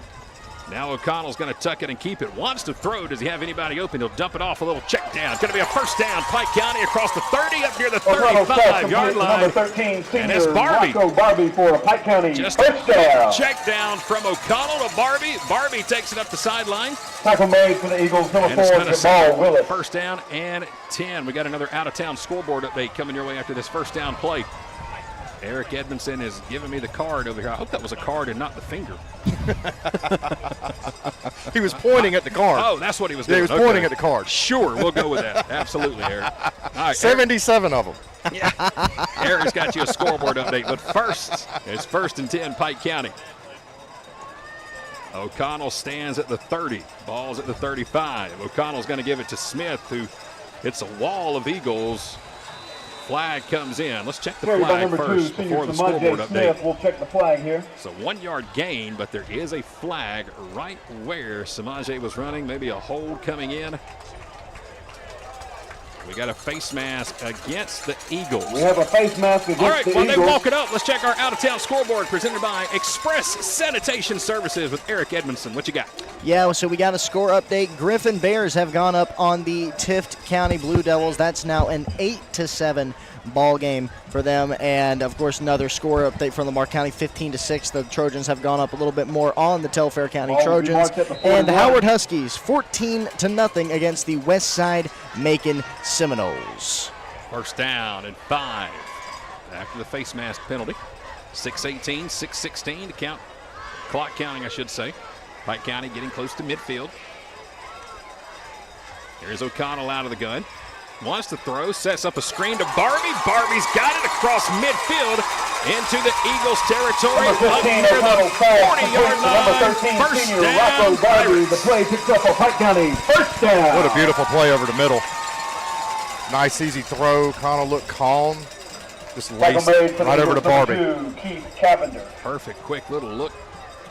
Threw it underneath, and there was Barbie to do the rest. Pike County up to the Eagle 41. First down and 10, 5:45 to play. Sun is just about 100% set behind us. The lights are on. Hasn't cooled down much. Still very warm, muggy, and sticky, but we do have a nice breeze. I was about to say here. there's a breeze. I'll take it. There's O'Connell on first down, flushed down to the pocket. Let's see what he does. Here at the 45, the 40, and he'll take it out of bounds around the 37-38. So a long run for the sophomore quarterback, but he's going to get about a good hard-fought 4 yards at the end of it. About 4 yards. Another nice decision by him. That's a couple he's made tonight. Instead of just trying to force the ball, take off and run. The young man's got some pretty good speed. Yeah, we've seen a few times tonight. You let him get outside, he'll turn on the jets. And he was able to turn about a 10-yard loss into a 4 or 5-yard gain. And it'll set up second down. We'll call it 6. 5:23 to play. We're in the first half. Crawford County on top, 6-3. Here's O'Connell. Delay snap. Going to toss it. Smith across the 40, and Samaje will get it up to about the 35. That's going to be a hard-fought 2 yards before being brought down by number 33, Jesse Harris of the Eagles. And it'll set up third down. Number 33, Jesse Harris. 4 yards here for Pike County as we approach the 5-minute mark. Again, Pirates only point to the ball game so far. A 38-yard field goal. And that's been it. And the crazy thing about it, Coach Holmes froze his own kicker. Oh man, I think and it worked great. Well, I don't know if he froze him. I think he let him take a practice shot. There you go. Yeah, I like it. I was third and 4. Here's O'Connell. Wants to throw. Has Saparita. Here's Tucker. First down across the 30. Trying to work his way closer to the 25, and Tucker Saparita complete to number 18. has the first Tucker down. A late flag at the end of the play. Saparita had enough for the first. The Eagles, number 24. And that is a late flag coming in. And let's see who that flag is going to go against. It is going to be right around the 26, 27-yard line. Parents, we could use your assistance if you have a Tucker primary age Saparita student tucked the catch and then just kind of backpedaled for the first down. Make sure that they are with you at all times. And let's see what the call is going to be. They're still talking it over. It looks like it could go.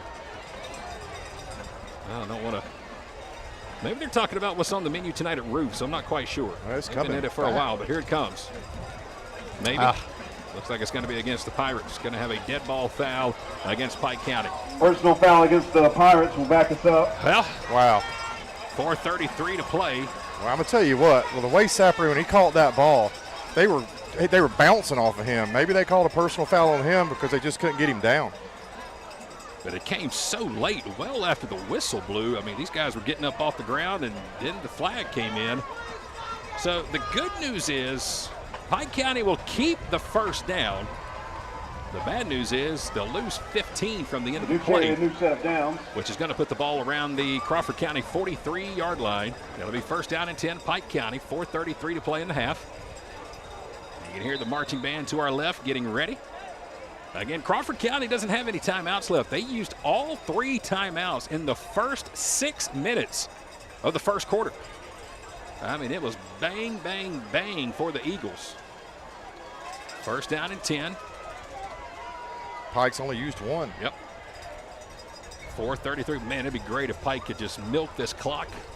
Yep. Score right before halftime, even if it's just a field goal to get a few points before the half. First down and 10. Sounds like a good script. 3 receivers here to the near side at the bottom of your screen. O'Connell out of the gun. Bobble the snap for a moment. Pressure coming. He'll scramble again. Here's O'Connell. He'll tuck it and keep it. Get up near the 41-yard line. It's going to be about a 3-yard pickup. He was trying to look downfield. Number 44. He wanted to take a shot. Landon Pirates had a Fontaine. man deep downfield. That was Number number 4, 8, Jamal Willis. Keelan Yates, but O'Connell just couldn't quite pull the trigger. Well, at first down, O'Connell's run. he got a few yards out of it. So, still think it was a good decision. We still have the football. You know, Eric, I want to go back on what you were saying for a moment when we looked at our scoreboard, the Lamar County game. The Trojans this year over in Barnesville have a shot to do something very, very special this season. I'll tell you why right after this second down play. Here's O'Connell, rolling right. This time he wants to throw, still rolling, still rolling. He will look, got a man wide open. It's going to be caught. Barbie. And it's going to be a Pirate touchdown. Number 15, QD, O'Connell pass to number 13, Rocco Barbie.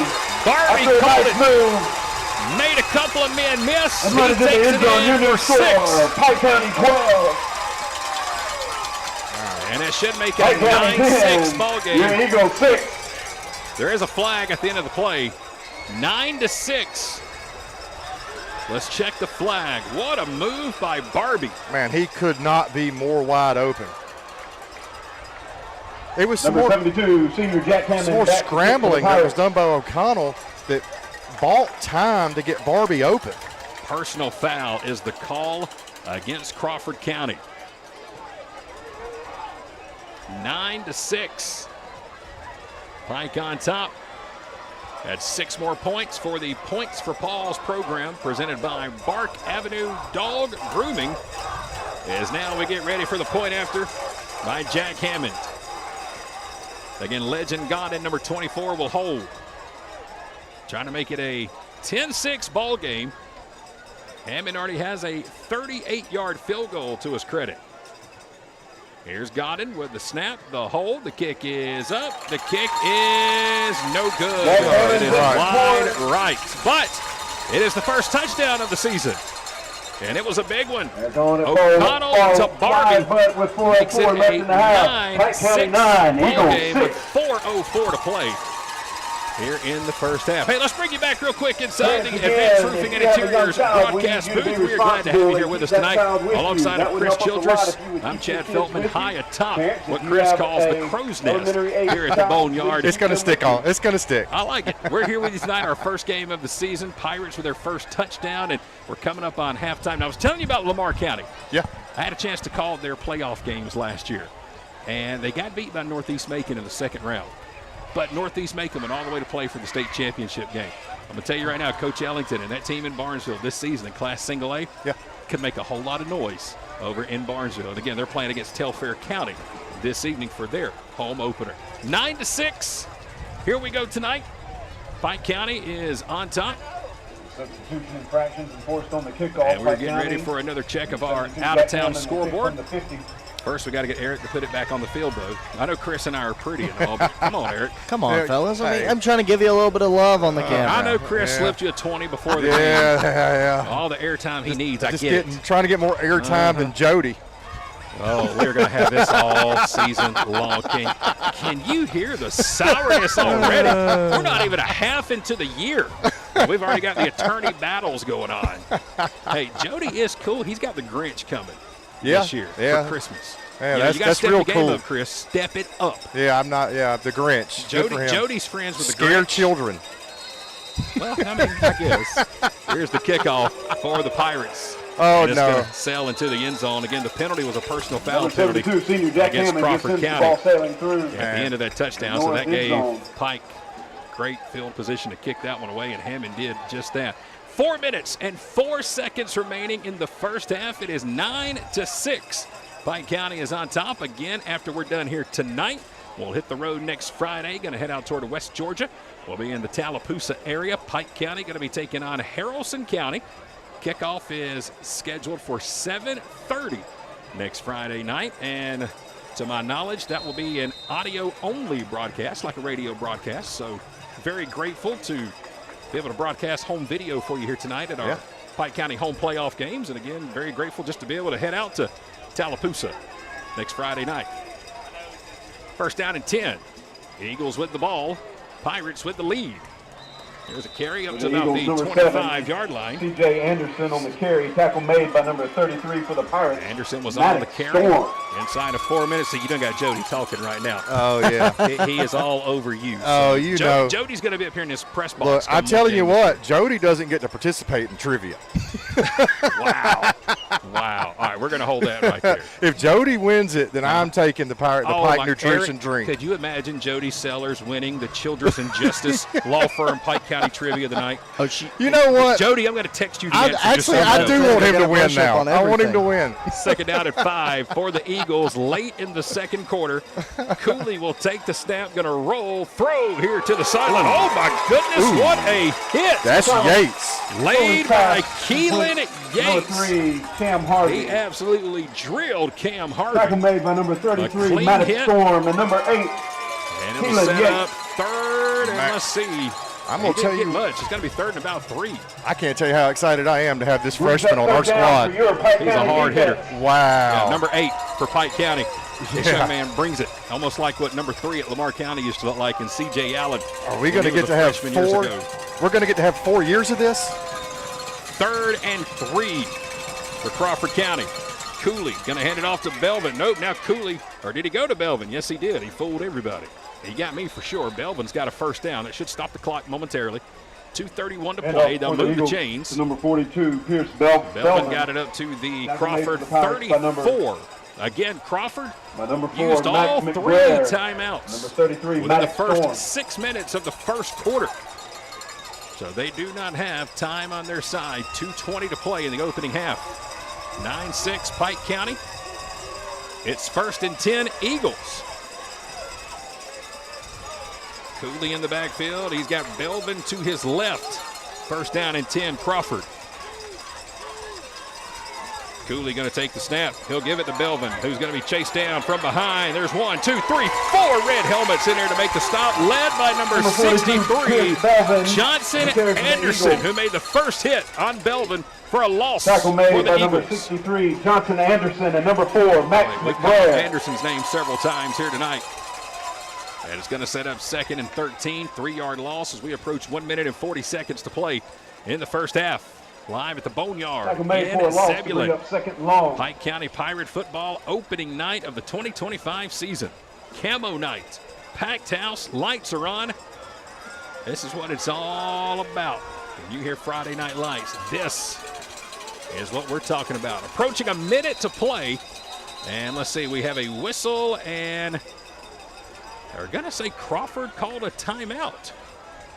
Well, they can't do that. They used all 3 in the first 6 minutes. Eagles used their final timeout of the half. Unless we missed one, but go before halftime. Whatever. No. Nothing we can do about it. Timeout Eagles. This timeout presented by Advanced Wellness and IV. Hey, let's go back to Eric Edmondson. Get us another Express Sanitation out-of-town scoreboard update. What you got, Eric? Maddie Smith. And, as you were mentioning that team up in Lamar County, they went up even more over Telfair County. 22-6 is that score now. Mentioned the Howard Huskies earlier. They are up 14-0 on the west side, Macon Seminoles. And more recently, we got some action out of Upson Lee. The Upson Lee Knights now up 14-0 on the Union Grove Wolverines. Other than that, everybody else still standing standard from what their last score was. I bet Mickey Thrasher is having the time of his life you over beat there it. at Matthews You beat Field that in to me. Thomaston. Yes. Mickey's one of the greatest friend of ours and longtime play-by-play voice of the Upson Lee Knights. They're off to a good start tonight against Union Grove. Well, you've been doing this for a long time, Chad, and Mickey Thrasher has probably doubled that. Yeah. And wow. Cooley wants to go deep. He's got a man there. What a catch by the Eagles. It's pass Anderson. To number 17. Or was Broken it? up. No. Back to number 7, Anderson. Broken Anderson dropped it on the way down. Broken up by number 8. Wow. Keelan Yates. What a throw by Cooley. C.J. Anderson. Well, he brings up 3rd and long for this Pike County defense. Let's hear it, fans. Look, Keelan like may have hit the ground as he was coming down with it, but man. Keelan Yates was there, and I tell you, we've said this kid's name a lot tonight for him to be a freshman. What an impact player. Wow. Who's got the player of the game? That would be Sellers and Parker. Oh, okay. Yeah. Jody Sellers. Great friend of the broadcast. Cooley wants to go deep again. This time it's picked off by the Pirates. Ethan Luna. He's got it. Bringing it upfield. 20, 15, knocked out of bounds near the Crawford County 10-yard line. Man, that ball just came out of the side of the quarterback's hand, flew 25 yards Number 1 senior Ethan Luna. Right into the breadbasket of Ethan Luna. I don't know if that ball was tipped at the line or if it was just that badly underthrown by Cooley. But there was Luna.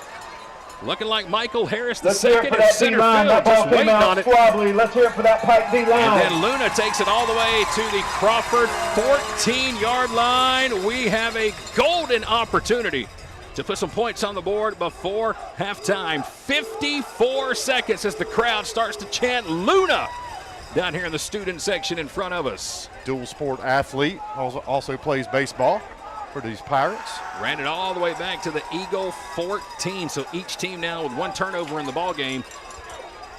Pike had a fumble. Now an interception by the Eagles. And looks like we're going to have a timeout taken by Coach 54 Holmes seconds left in the half. and the Pirates. Not a Pirates bad idea. use their final timeout. 54 seconds to play. The timeout presented by Advanced IV and Wellness. Again, coming up at halftime, we've got our Henson's Outdoor halftime performance. We will turn the camera over to our Pike County Pirate Marching Band and show you all their hard work. That'll be coming up here in just a few moments. At the start of the third quarter tonight, it is our Pike County football trivia presented by Childress and Justice. We are going to ask you a Pike County football question. If you know the answer, you'll get a chance to comment right here on our YouTube channel and win a prize to go see our friends at Pike Nutrition. Didn't you have a chance to go by there? Was it earlier today or yesterday? Maybe? I went by Pike Nutrition. That's a great spot over in Hollandville. Love it. Glad you were able to go over there, Chris. 54 seconds. Well, we're going to give somebody a chance to win some free gift certificates later on. Here's O'Connell stepping up to throw over the middle, just out of the reach of his intended target. That was number 5, Cash Reeves. O'Connell's pass. It'll stop the clock with 50 seconds. Don't forget, also tonight at the end of the ball game, we'll bring you our Plum Perfect Plumbing Play of the Game. A play so perfect, it can only be plum perfect. Big thank you to Tiffany and Danny Youngblood. Danny, a former Pike County Pirate himself. Tiffany, of course, heading up the booster club here for the Pirate football program. Glad to have them both on. So again, we'll have our play of the game and our player of the game coming up later on tonight. Second down and 10. Clock stops. O'Connell steps up, looking back, try to get it out there, but nothing was working. He's going to get wrapped up around the 16-yard line. He was trying to go back to Samaje Smith. The middle tackle made by but about the time he turned around to look at Samaje, he had 3 or 4 yellow helmets right in front of him. Got to hurry, no timeouts. 30 seconds remaining. It's third down and 12. Clock ticks. 25, 24, 23. No more timeouts for either team. Third and 12. O'Connell maybe with one more shot to the end zone, and we'll see another field goal attempt, possibly. Let's see. Third down. O'Connell will go to the end zone. Fires it to Saporita. Got it, baby. Up. I called it. Tucker Saporita. Oh, First touchdown of the season. I don't know if you saw that, Chad, but I was pointing at Tucker when that game, before that snap. I was telling you to watch him. And sure enough, he goes down 25 yards. It catches a great throw. How about the throw by O'Connell? Wow. Found his tall target, corner of the end zone. Saporita goes up to grab it. Touchdown, Pirates. Yeah, waiting on that. Number 72, senior Jack Hammond. Saporita had a 76-yard touchdown at Crawford County last year. Just waiting for him to get on the board this year. There's his first of 2025, and it'll bring on Jack Hammond for the point after with 7 seconds remaining. Godin will hold. Good snap. Kick is up, and the point after is good. Kick is true to the northern upright. 7 more points. $7 more dollars to the Points for Paul's program, presented by Bart Avenue Dog Grooming in Zebulon. Right now, that puts us up to 22 points on the night. Another touchdown, and oh my goodness, we talked all preseason how special number 18 was going to be for this Pirate football team. That was simply amazing. The focus that he had with that ball, and then the ball just couldn't have been more perfectly placed. But the focus that Saporita had when that ball came into his hands was amazing. Brought it in for that score. Between him and Johnson Anderson, we've got 2 big, tall, tight end caliber, just stud athletes as juniors. And no doubt a finalist there for our Plum Perfect Play of the Game. We will announce later on tonight. 7 seconds remaining in the half. 16-6, Pike County now up by 10 as Hammond gets ready to kick it off from the 40-yard line. Onside kick, it takes a Pike County bounce, and it's right there in the middle of no man's land, and finally one of the Eagles able to fall on it. Let's give you a number there because that's number 42. That's Belvin, who's been the running back tonight. He'll pick it up.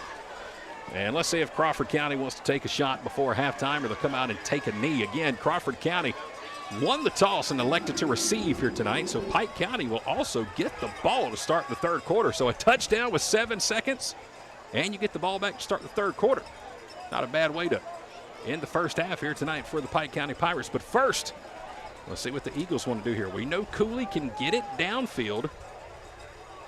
And boy, just how big that last possession was, guys. Anderson almost had a huge play that would have put Crawford County inside the Pike 30, but the ball was knocked loose as he was coming to the ground. The very next play, an interception thrown by the Eagles.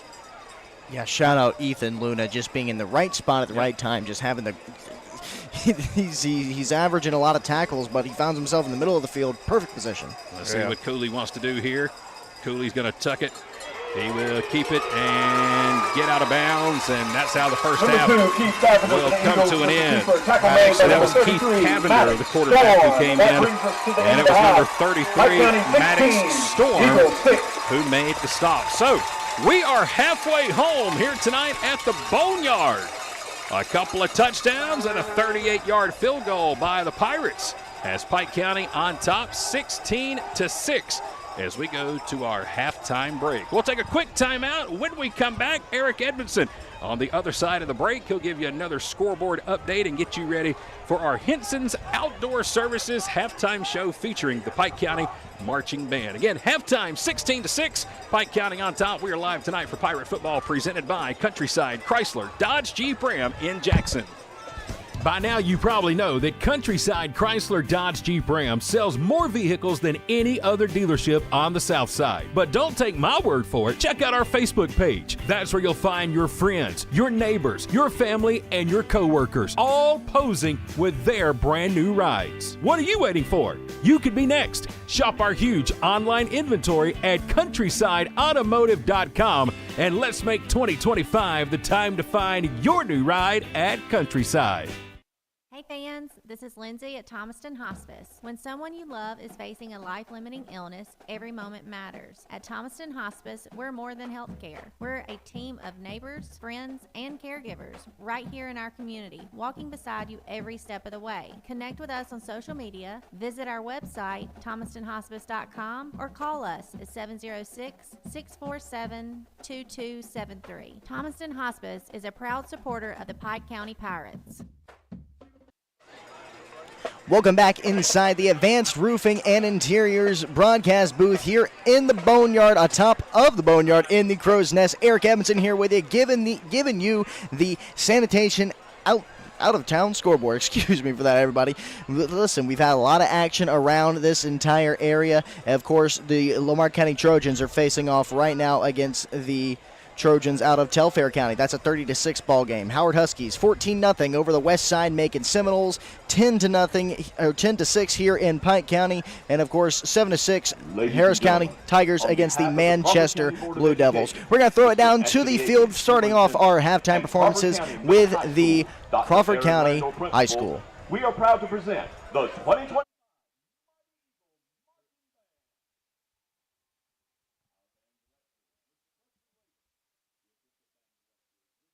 Victoria Tennis. Tonight, the band will perform this year's contest show titled On a Wish.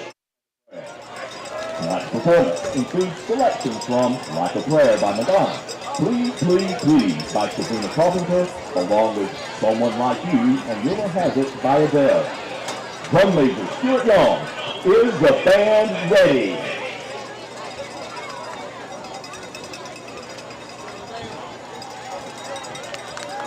Your band may take the field.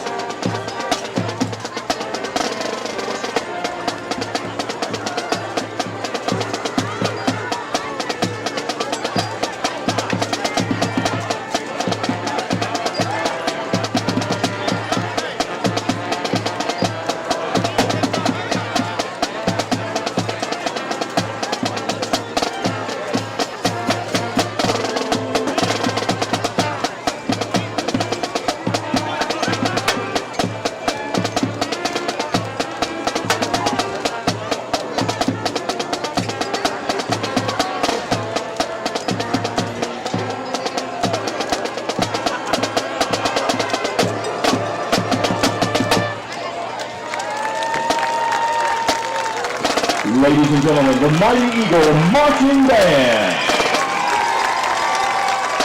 On behalf of the band, I would like to extend our compliments to the wonderful people of Pike County for your hospitality, and thank you for your kind attention this evening. Welcome back, everybody. Eric Evanson here with you in the middle of our Henson's Outdoor Services halftime show.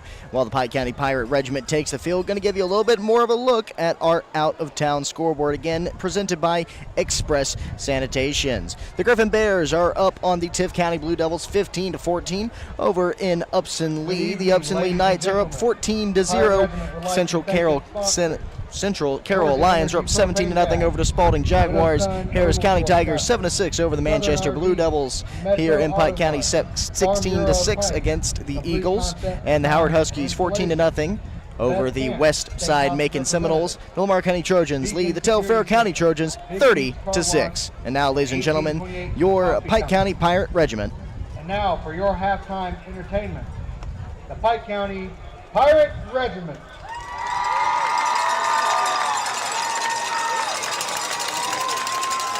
This year's show is entitled Symphony Search. Our circus-themed show features music from the hit musical Water for Elephants, the classic jazz theme, Sin and the Clown, another musical entitled Barnum, Cirque du Soleil, and the El Pagliaccio.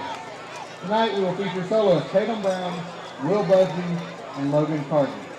The Pirate Regiment would like to thank our superintendent, Mr. Shane Williamson, as well as principals Mr. Tad Collert, Dr. Lindsay Busby, and Mr. Michael Peggy. The Reggies would also like to thank the amazing regiment parents who are our heart and soul.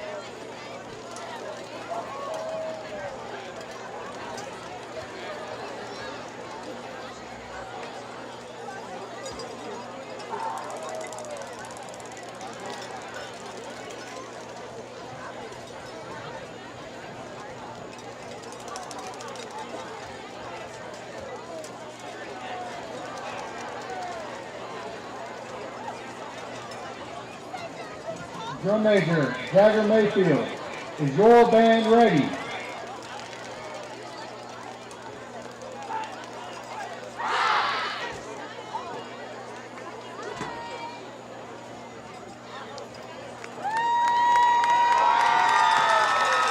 You may take the field for exhibition.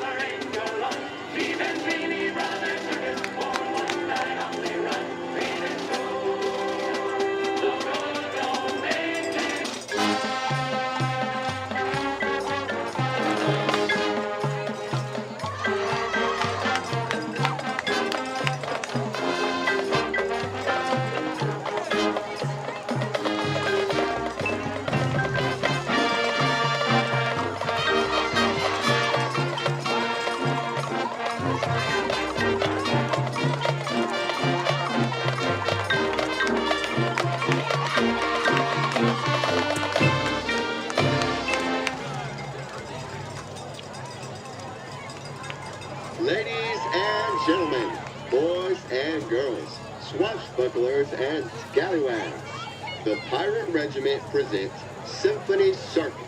So get on the edge of your seat and prepare for the greatest show on turf.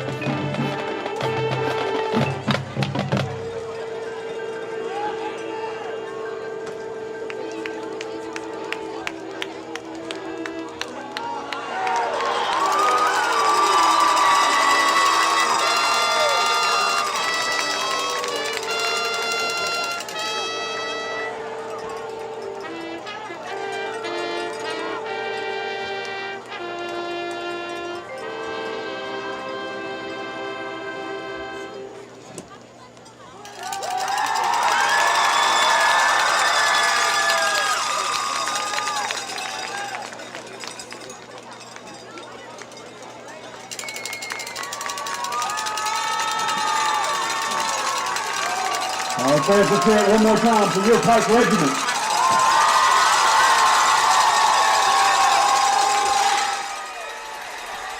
Hey, how about that? Our Pike County Marching Pirates here with us tonight, wrapping up their halftime show.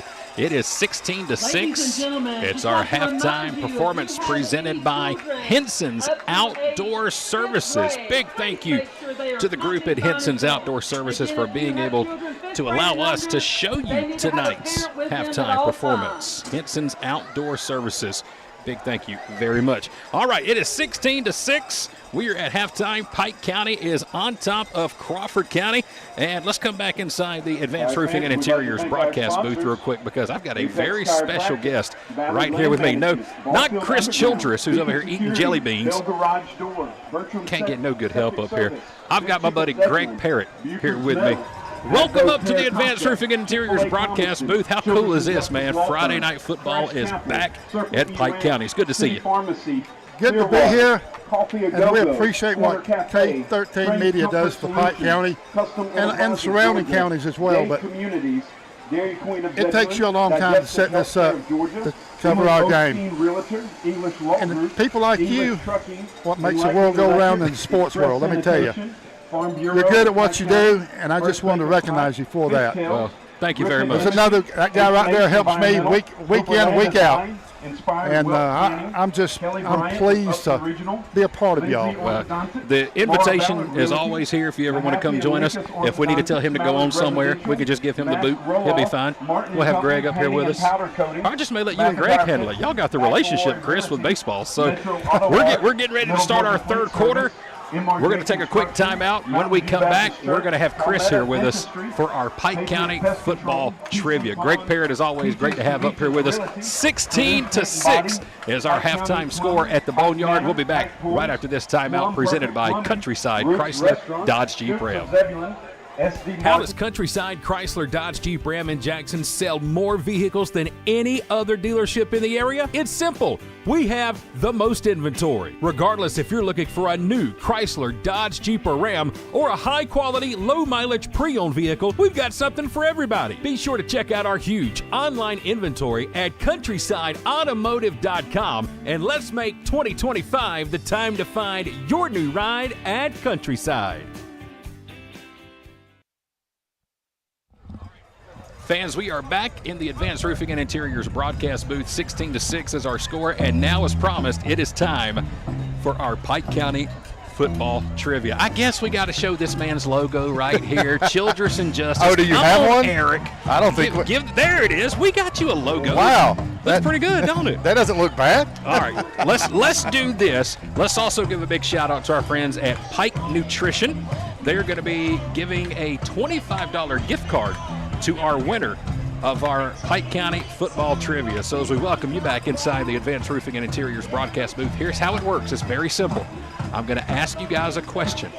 All you have to do is give the answer on our YouTube chat. Eric is right here. He is monitoring the chat. Just give the answer, and if you were the first one to get it right, you get the gift card. And once again, it is all presented by Childress and Justice. Jody, drop your phone. Drop your phone, Jody. Here we go. By the way, don't answer if you know. Okay, I'll try. I don't want you to give it away. I'll be quiet. What team have the Pike County Pirates defeated more than any other team in their football program history? If you know that answer, drop your comment right now on our YouTube channel. Again, it's our Pike County football trivia presented by Childress and Justice. If you know the answer, we want you to tell us. Again, the question is, what team have the Pike County Pirates defeated more than any other football team in their program history? That is your Pirate trivia question for this week. All right, Eric, let's go back to the field. Get ready for the start of quarter number 3. Eric is going to be monitoring our YouTube feed to see if we got ourselves a winner for our Childress and Justice football trivia. And Chris, this would be a good time to tell us the great things about Childress and Justice. Those two answers are not correct so far. You talk about Childress and Justice, we'll watch that. Yeah, okay. I was just seeing if it was correct. I think I got the answer. Okay. I think I know it. I'm not going to say it, but I think I know it. Today was we passed out checks on Friday. Oh, wait, really? We passed out checks on Friday. It was a great day, another great day at Childress and Justice. We love to take care of folks who have been injured in accidents. We know that those are trying times for families who are injured, for people who are injured. And on Fridays, we like to cut checks, and we were able to cut the third check to a family in a case as we continue to find insurance and find policies to be able to maximize their recovery. Funny, we didn't get that invite about cutting checks. Well, I certainly don't want you to get in a wreck, but in the event that you do, certainly give our firm a call. All right, here we go. Start of the third quarter. Luna is going to return it here for the Pirates, who are up by 10. And Ethan Luna with a nice return up to Number the 35-yard line. Nice return to the 30-yard All right, line. I believe we have ourselves a winner. Already? I think we have a cheater. Brought down by number 32 for the Eagles. Oh, we do have a cheater. I think it was a cheater. Yeah, I know who got it right. I'm looking at it. I'm gonna let a few more answers come in real quick. Again, I'll just, without saying out loud who the person is, it's a good job. The answer's there. It's yeah, correct. I'll tell you who good job, it is. Coach. Yeah, I think his dad had something to do with that one. That's rigged from the start.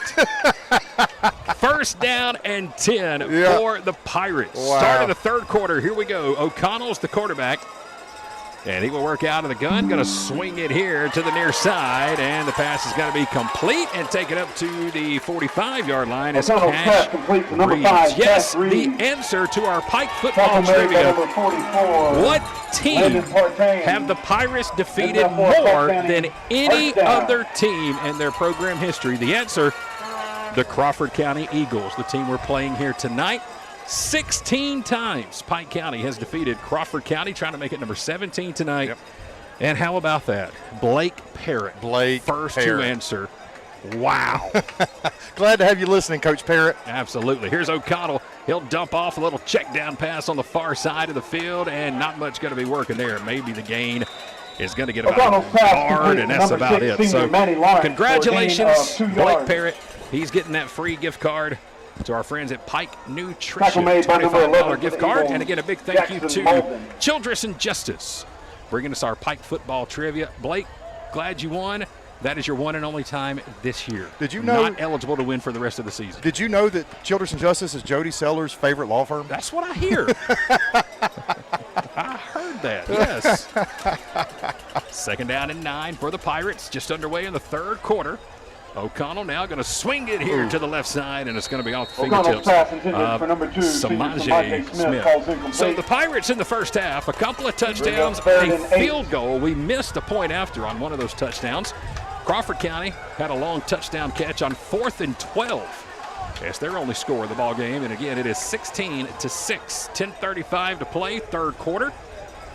Pike County and Crawford County here tonight at the Boneyard in Zebulon. Thanks for everybody for all your answers coming in. Glad you're able to participate in our Pike football trivia. Again, we'll do it every single Pike County broadcast right before the start of the 3rd quarter. O'Connell wants to go deep, and he's going to overthrow his man down around the 30-yard line. Double coverage down there by the Eagles. Trying to find Yates, but he was, again, double covered. That's going to set up John Sanford. 3rd down. And again, while we have everybody's attention, if you're tuned in to the broadcast, first of all, welcome. We're glad to have you here. This is K13 Media's very first Pike County football broadcast ever, and we're glad to have you here. Chris, I don't know of another broadcast team that's ever broadcast Pike County football. Is this the first ever that's done Pike County? Greg Parrott. Greg Parrott's here too, and I don't believe there's been anybody else that's been able that's broadcast to make it 4th down on a regular basis. On a regular basis, a game here, game there, maybe. But Greg, are you aware of there being any other anybody else ever broadcast Pike County football? Jack Hammond back deep to kick for Pike County. Fun 101, yeah. Yeah, Fun 101 on the radio. Me and Terrell used to do it. Yeah, okay. You and Terrell? Good deal. Okay, good deal. Game on. Love it. Well, we're in pretty good company then. We got some big shoes to fill. Absolutely. Fun 101's over there at Upsonley right now with Mickey Thrasher. Yeah. All right, well, good. We're glad to be here and in great company. Greg Parrott's here with us tonight on top of the press box.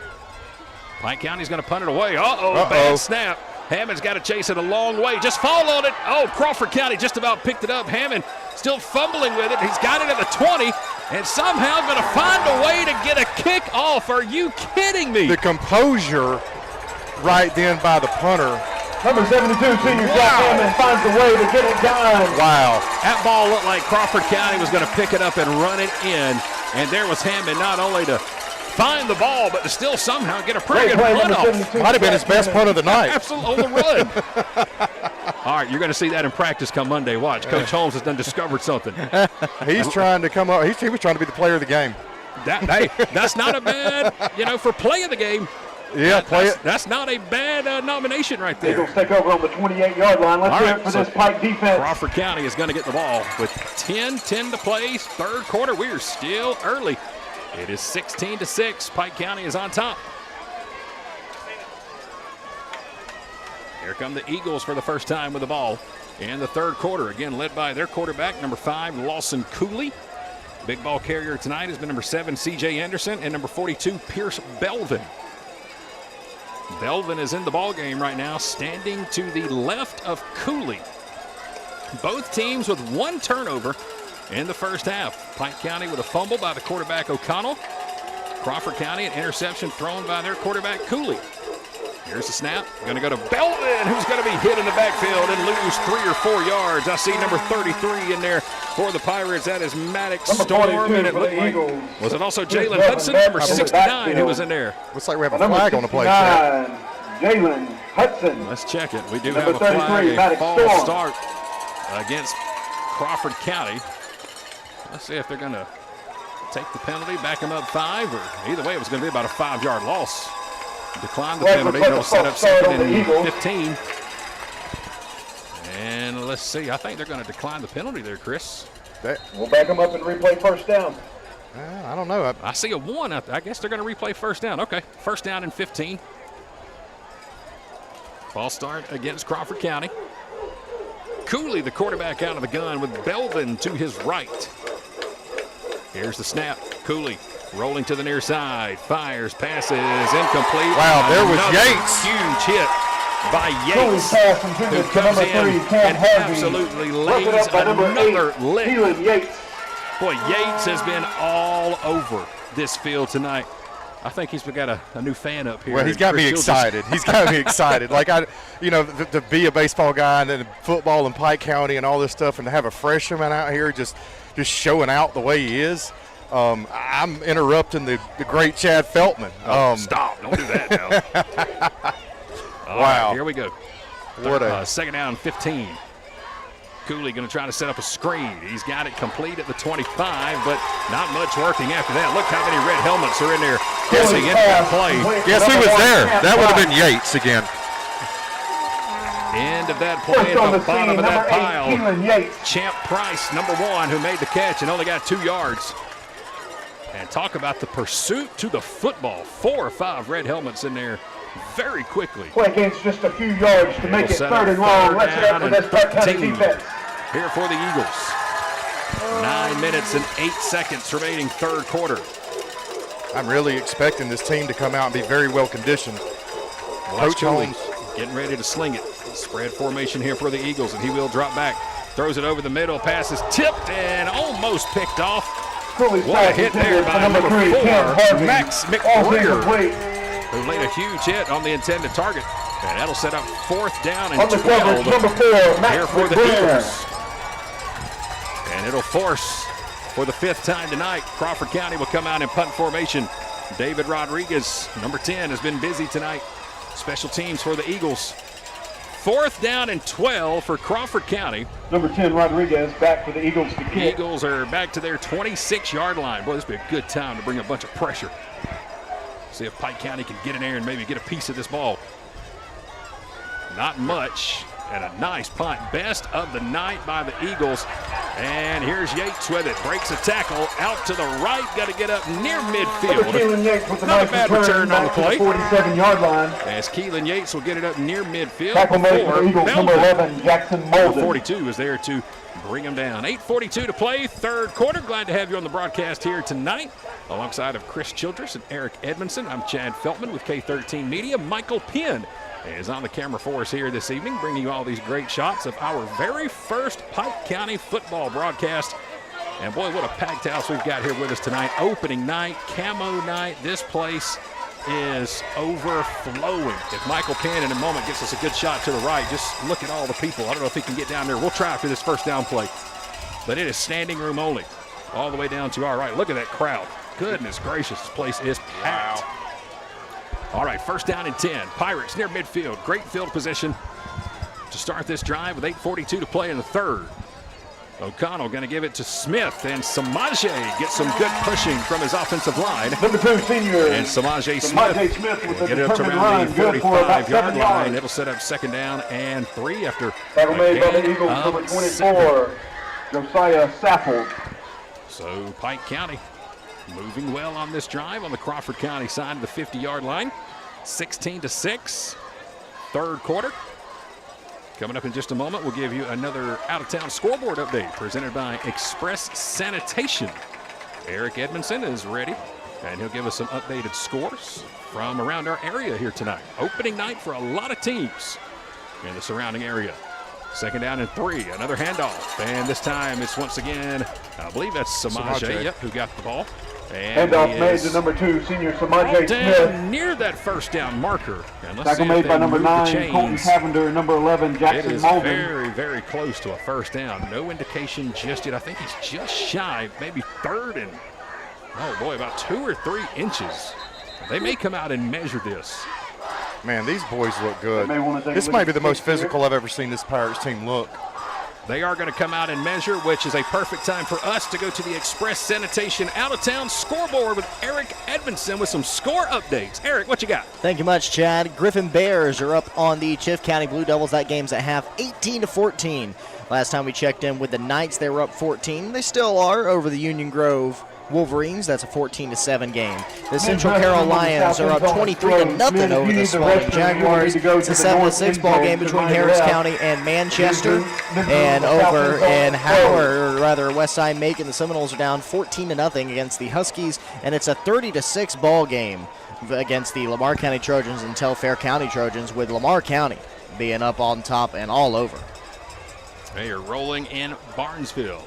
A couple of finals we told you we already had. First, from Wednesday night, a couple of teams in our region we're going to tell you about. Callaway was in the Corky Kell Classic, and they lost to Prince Avenue Christian on Wednesday. Last night, the Jackson Red Devils went to Columbus and absolutely spanked Hardaway 38-0. And one more team from our region who was in action last night, the Rutland Hurricanes, fell to the Bleckley County Royals. So 3 teams from our region already in action. And again, here tonight, Pike's taking on Crawford. We've got Westside Macon in action tonight. I think the only other team we haven't heard anything on is Morgan County. I think they were playing, was it Warren County tonight? Morgan County was playing, if I did my predictions right. Right now, though, it sounds like Pike's the only team in the region that's looking for a W. All right, it was just short of a first down by inches, so it's 3rd and inches Pirates. And we look like we just moved, so that's going to back us up 5. And, yep, false start against Pike County. I want to say, Eric, Morgan County was playing Warren County, if I'm not mistaken. I think that's what I got. The Pirates will back us up 5. Eric will find it out for us. And that Morgan County team, wow, not only going to be tough in this region, but a legit state title contender this season. And no score update or nothing. Okay. Yeah. Well, it says rescheduled. Maybe they got a storm or something. Yeah, Maybe that's why we there's don't been have some anything. storms out there. Well, that would explain why. So 3rd and 5 after the procedure penalty against Pike County. Coach Holmes did say earlier that everybody in the region's pretty much coming back with a squad. Here's O'Connell trying to get to the first down marker, and he does. O'Connell nice block on the outside. And O'Connell is able to take it up near the 40-yard line. First down, Pirates.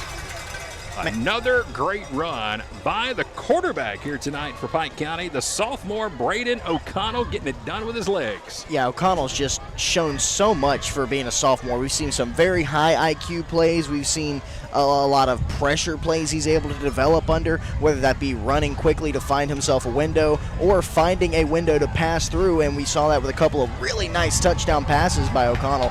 Very encouraging stuff here from the sophomore. He's got a new set of downs for his offense. 1st and 10. Going to swing it over here to Samaje Smith. They will take it across the 40, break a couple of tackles, and he's got it up here, another first down marker. He's going to get about 9 on the play.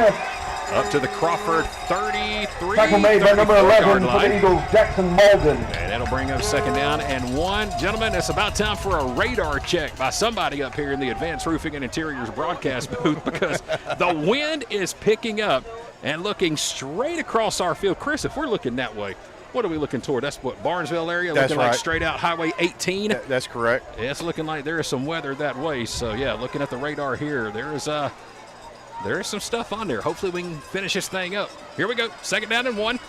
Here's a pass from O'Connell here to the near sideline, and it's going to be caught for a first down. That is Manny Lawrence. Good for a Pike County first down. Did not need much, but tackle he got made just for the enough Eagles, for a first number 4, down. Jamal Willis. And that'll bring up another first down for the Pirates. Yeah, you can feel the breeze really picking up here on top of the press box. The flags around the stadium are starting to stand out and looking straight ahead across the field, which would be looking directly toward the Barnesville area. There is some lightning off in the distance, but thankfully not close enough, hopefully, to cause any kind of delays here in Zebulon. 6:13 to play, 3rd quarter.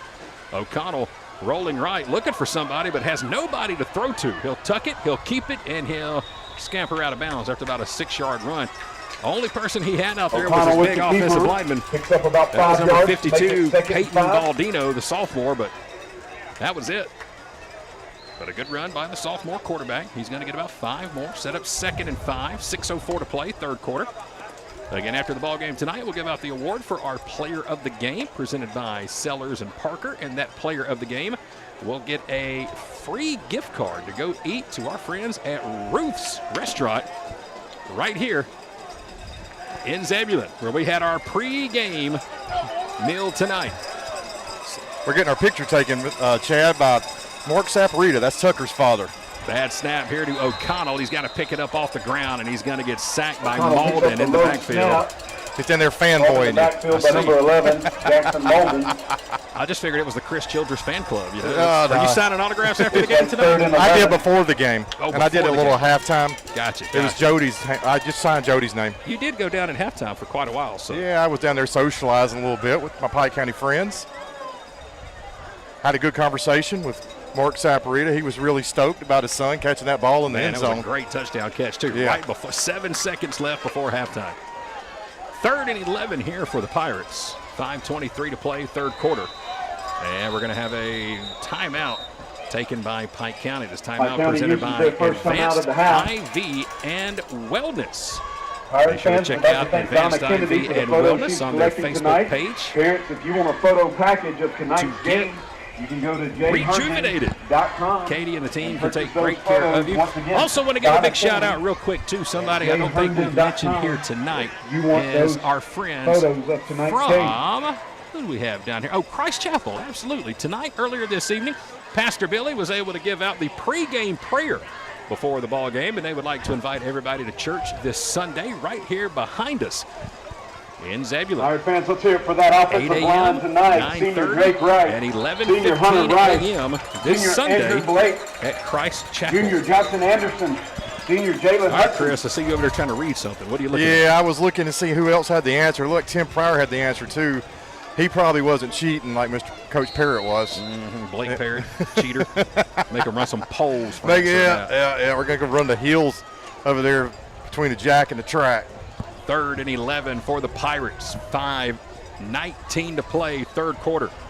I think Coach Parrott was probably part of some of those wins against Crawford County. Here's O'Connell. He's going to keep it. Now wants to throw.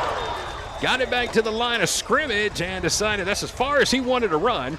And then trying to fire a strike. Looks like he was trying to find Manny down there around the 15-yard line. Pass intended for number 6, Senior Manny Lawrence. Threw it right through his hands. It's going to bring up 4th and 11.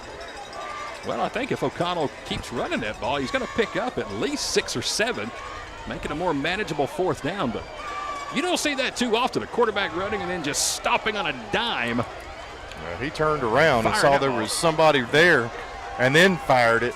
And had it been a good completion, it would have been a brilliant play.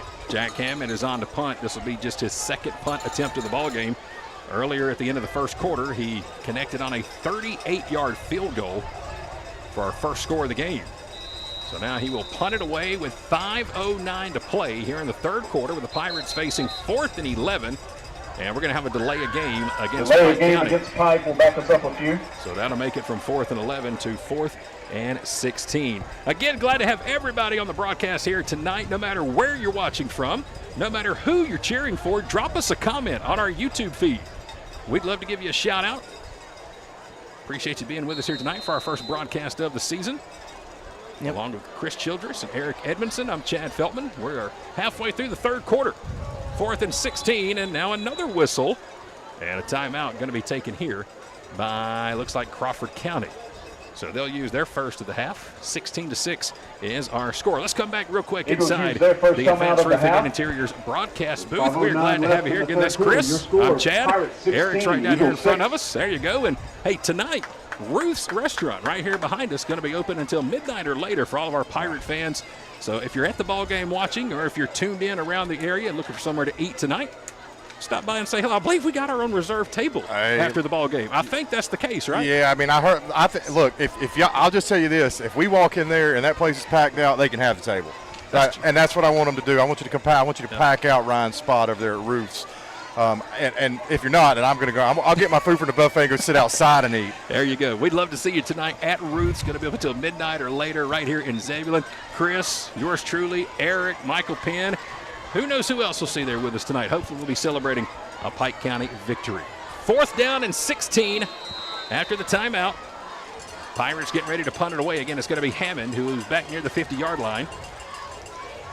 Low snap, bobbled it for a moment, but not a lot of pressure. Picked it up and boomed one down inside the 10. And can we stop it?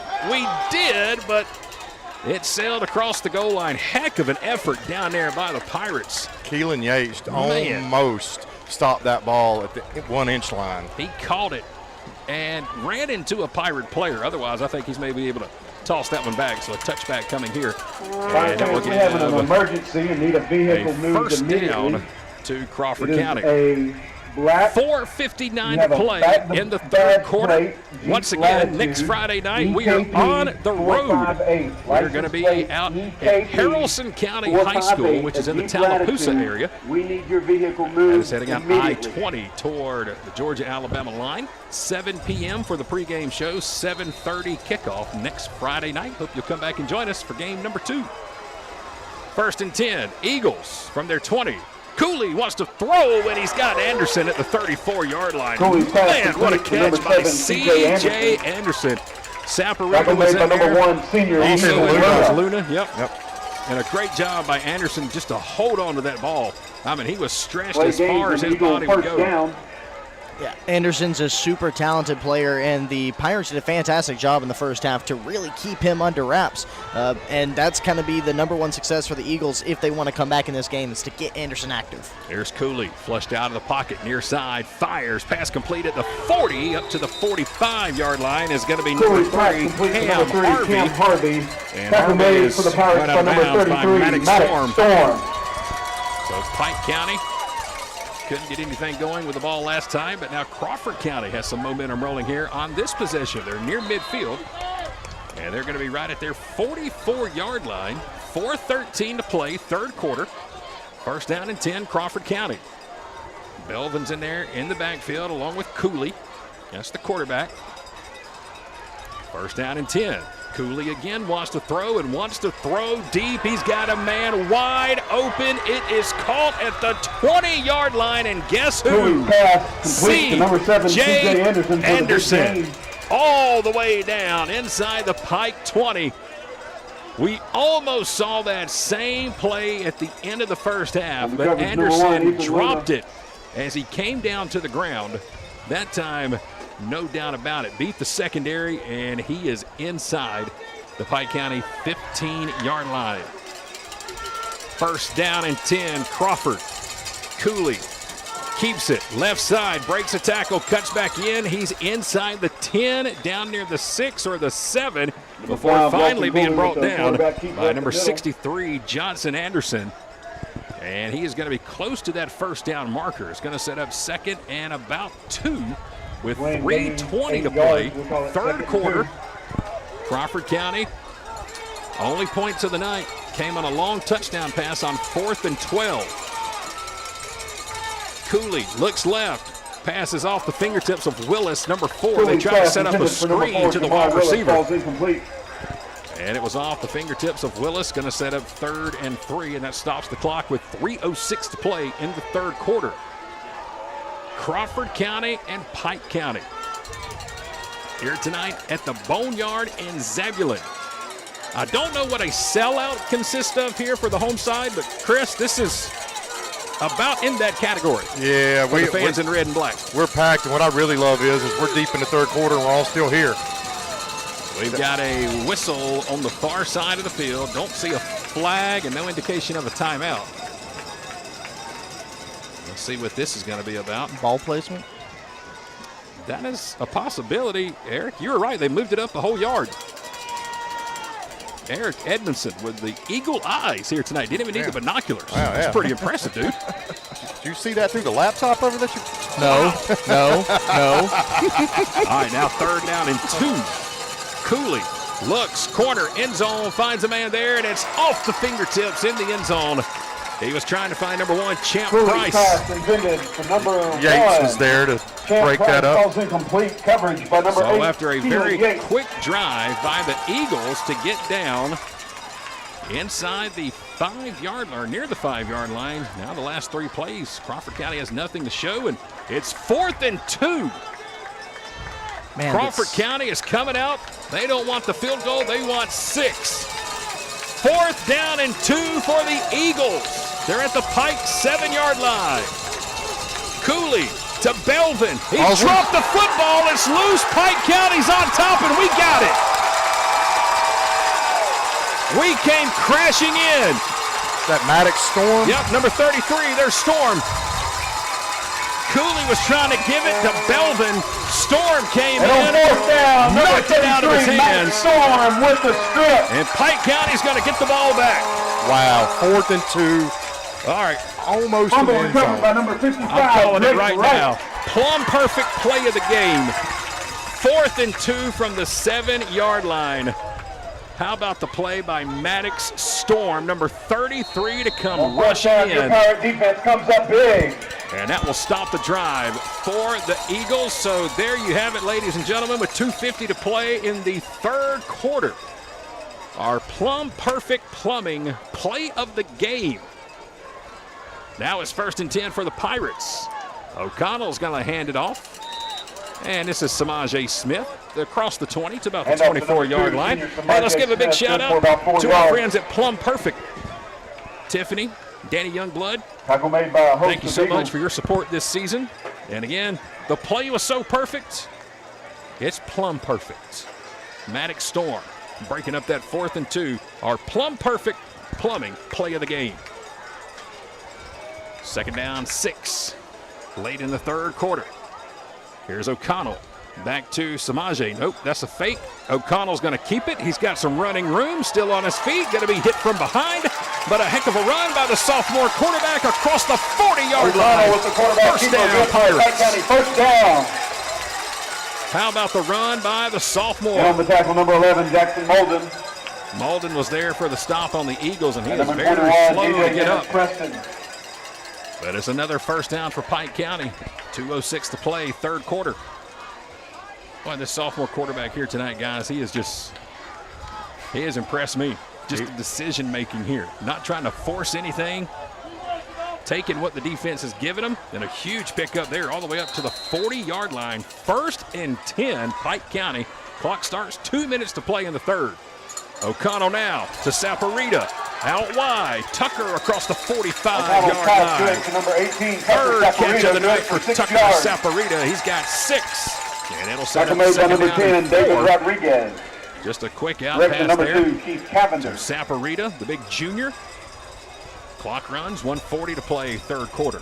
And you know what's so awesome to watch with Braden O'Connell is that in the 1st quarter, you could tell the nerves were there. Oh, yeah. There was a lot of overthrowing. There were some tough decisions made, but that is just a mindset of a QB to settle into this game and let the game play him and take command of it. He has settled in nicely, no doubt.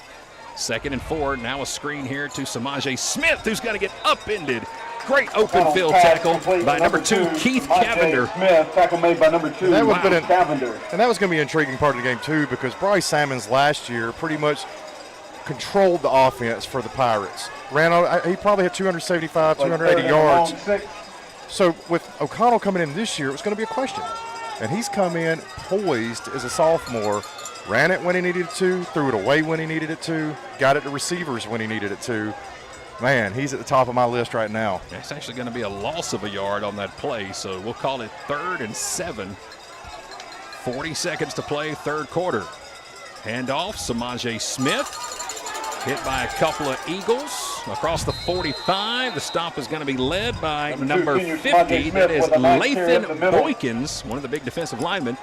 Smith is going to be about 2 yards shy of the first down. And let's see if we're going to get another play or if Coach Holmes will let the clock run off and take it to the 4th quarter. There's 15 seconds, and it doesn't look like Pike County is going to be in any kind of hurry. So that'll do it for the 3rd quarter. Nobody scores, and we'll go to the 4th with the Pirates on top, 16-6. Tonight's coverage of Pirate football being presented by Gordon State College in Barnesville. Highlanders Forward is more than a rallying cry. It's a way of being.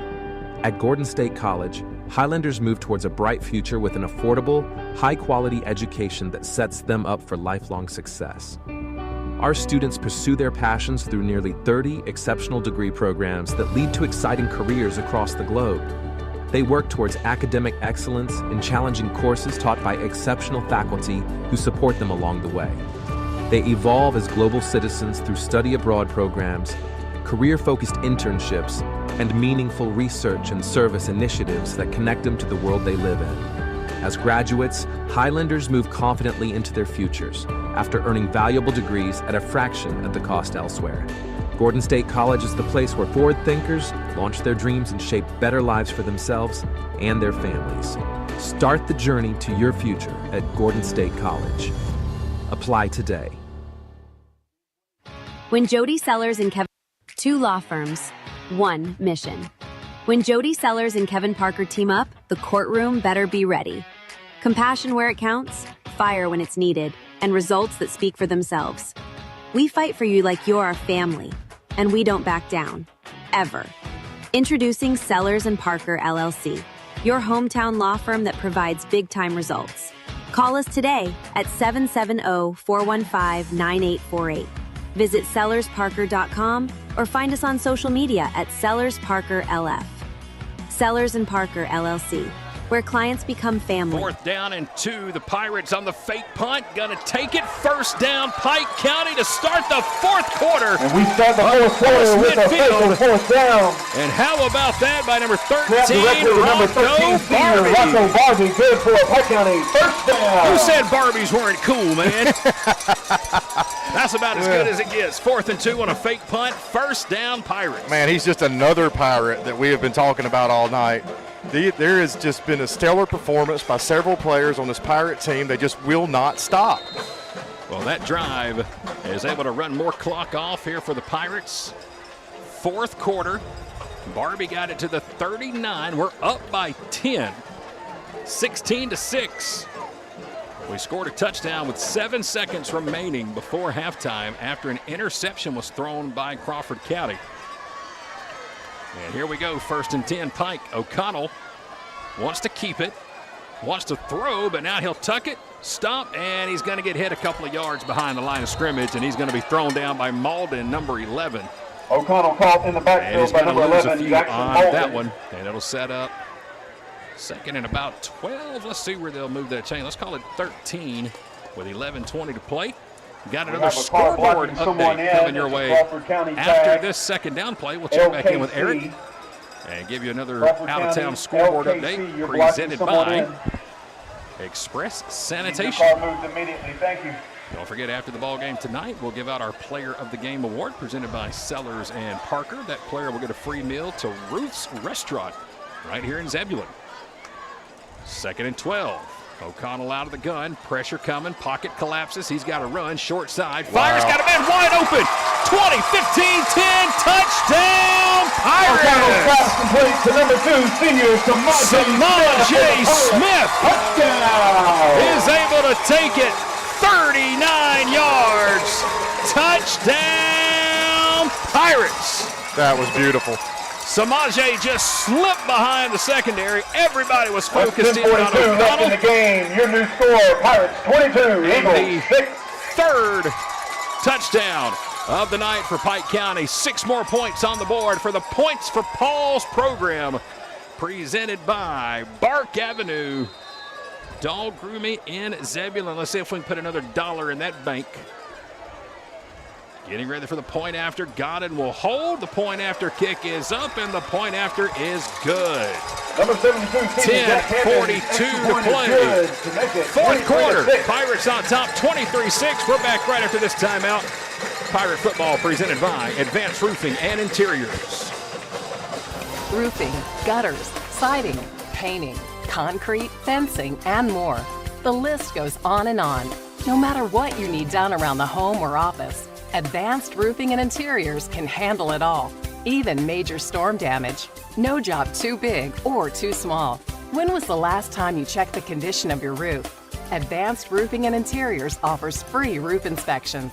Don't wait for issues to arise.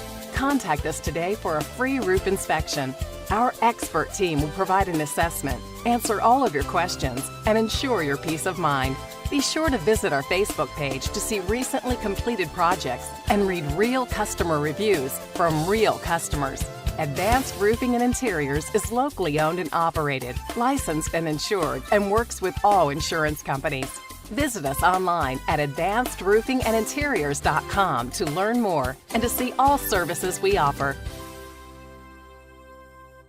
Fans, we need to remind you there is no 39-yard drone flying. touchdown It is against pass GHSA from regulations O'Connell to fly a drone. to Samaje If you're operating Smith. the drone, we need you to bring it down. Thank you. Brings the score to 23-6. Pirates with a kickoff here, and it was a very short return by Crawford County. Not much on it at all, and the Eagles will start this drive from their 37-yard line. 10:34 to play in the fourth quarter. First down and 10, Crawford County. 3 receivers out wide. Cooley, the quarterback, is going to roll that way, and he'll throw up a prayer that is almost intercepted by Ethan O'Connell's Luna. pass intended for number 1, Champ Rice. Luna's already got one pick here tonight. Senior Ethan Luna. It was just a little bit too far for that one to be number 2. It'll stop the clock with 10:27 to play. Fourth quarter, Pike County 23, Crawford County 6. 3 touchdowns tonight to go along with a 38-yard field goal by the Pirates. The only blemish of the night really was that missed point after attempt. Each team with 1 turnover. Fumble by the Pirates, an interception thrown by the Eagles.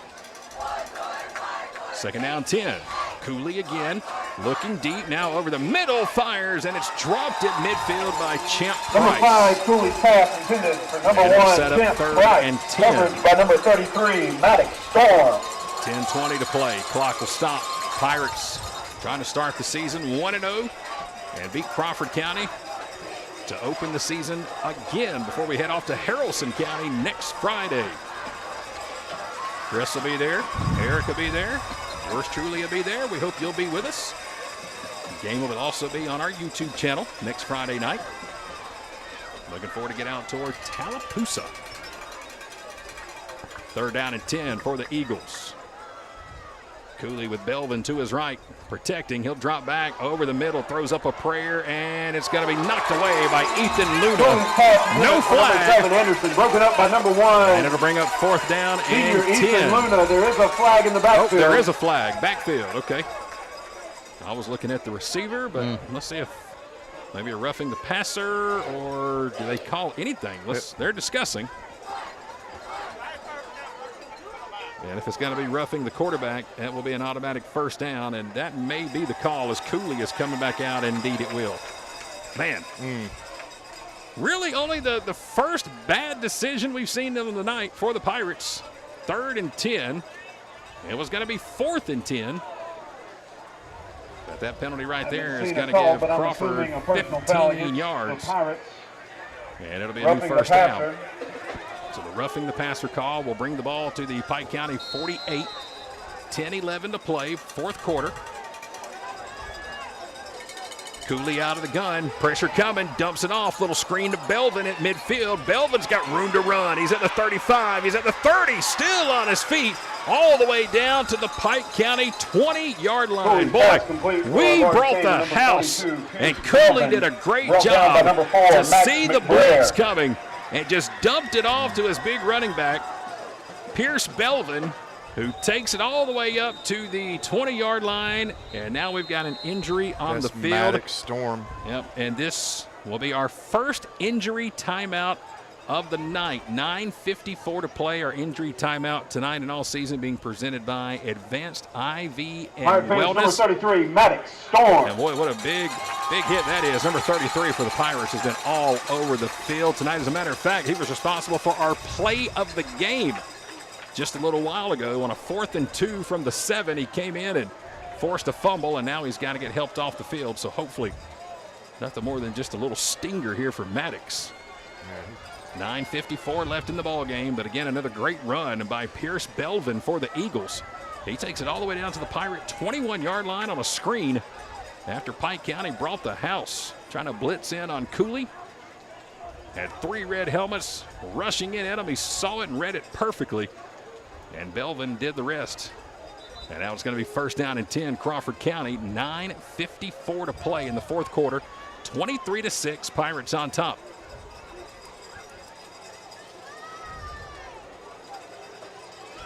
Both of these teams finished 5-6 last season. The score here almost what it was for the first game last year. New set of downs. Clock starts. Bad snap. It's on the ground. Cooley's got to chase it. Still trying to pick it up. Finally does. Fires and almost threw it into the arms of a Pike County Pirate. Number 4, Max McBrayer, was almost there to pick it off. Coverage made by number 4, Max McBrayer. And it'll set up 2nd down and 10. All right, let's see if we go back to Eric. Out-of-town scoreboard update presented by Express Sanitation Services. Eric, what we got? Yeah, so it looks like everybody's holding pat right now. Same score in Griffin. Again, that's 18-14. Bears up on the Blue Devils.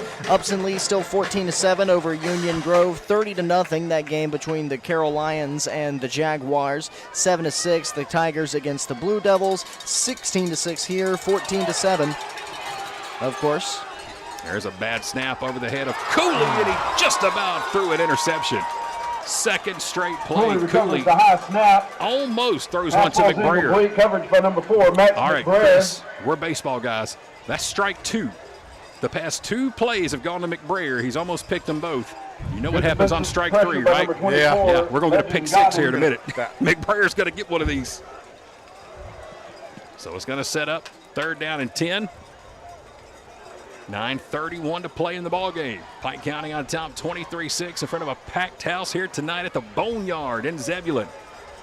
I was distracted there for a second. I got a text from my mom down in Carabel telling I need to shout her out. So, hey, Mom, love you. Always take care of Mom. Always. And it looks like we're going to get a timeout taken here by Crawford County. Eagles use their 2nd timeout of the half. Their 2nd of the half. 9:31 to play in the 4th quarter. It is 23-6. Again, after the ball game tonight, our Player of the Game award going to be presented by Sellers and Parker, and that player will get a free meal to restaurant. Game, which is right here behind us, who will be open tonight until midnight or later. We'll see you there. K13 Media Crew going to try to stop in and grab a bite with all of our Pirate fans after the ball game this evening. Hope to see you over there. Next Friday night, 7:30, we're on the road. Haralson County. Pike County, game number 2 of the season. And then after that, we're going down to South Georgia, heading down to Americus to take on Sumter County. So after tonight, our next 2 Fridays will be on the road. And we hope you'll be right back here with us for both of those broadcasts. Yeah, we might still have that table reserved at Ruth's. You just got to remember the server's name, Chad. If that's the case, we're not eating, boys.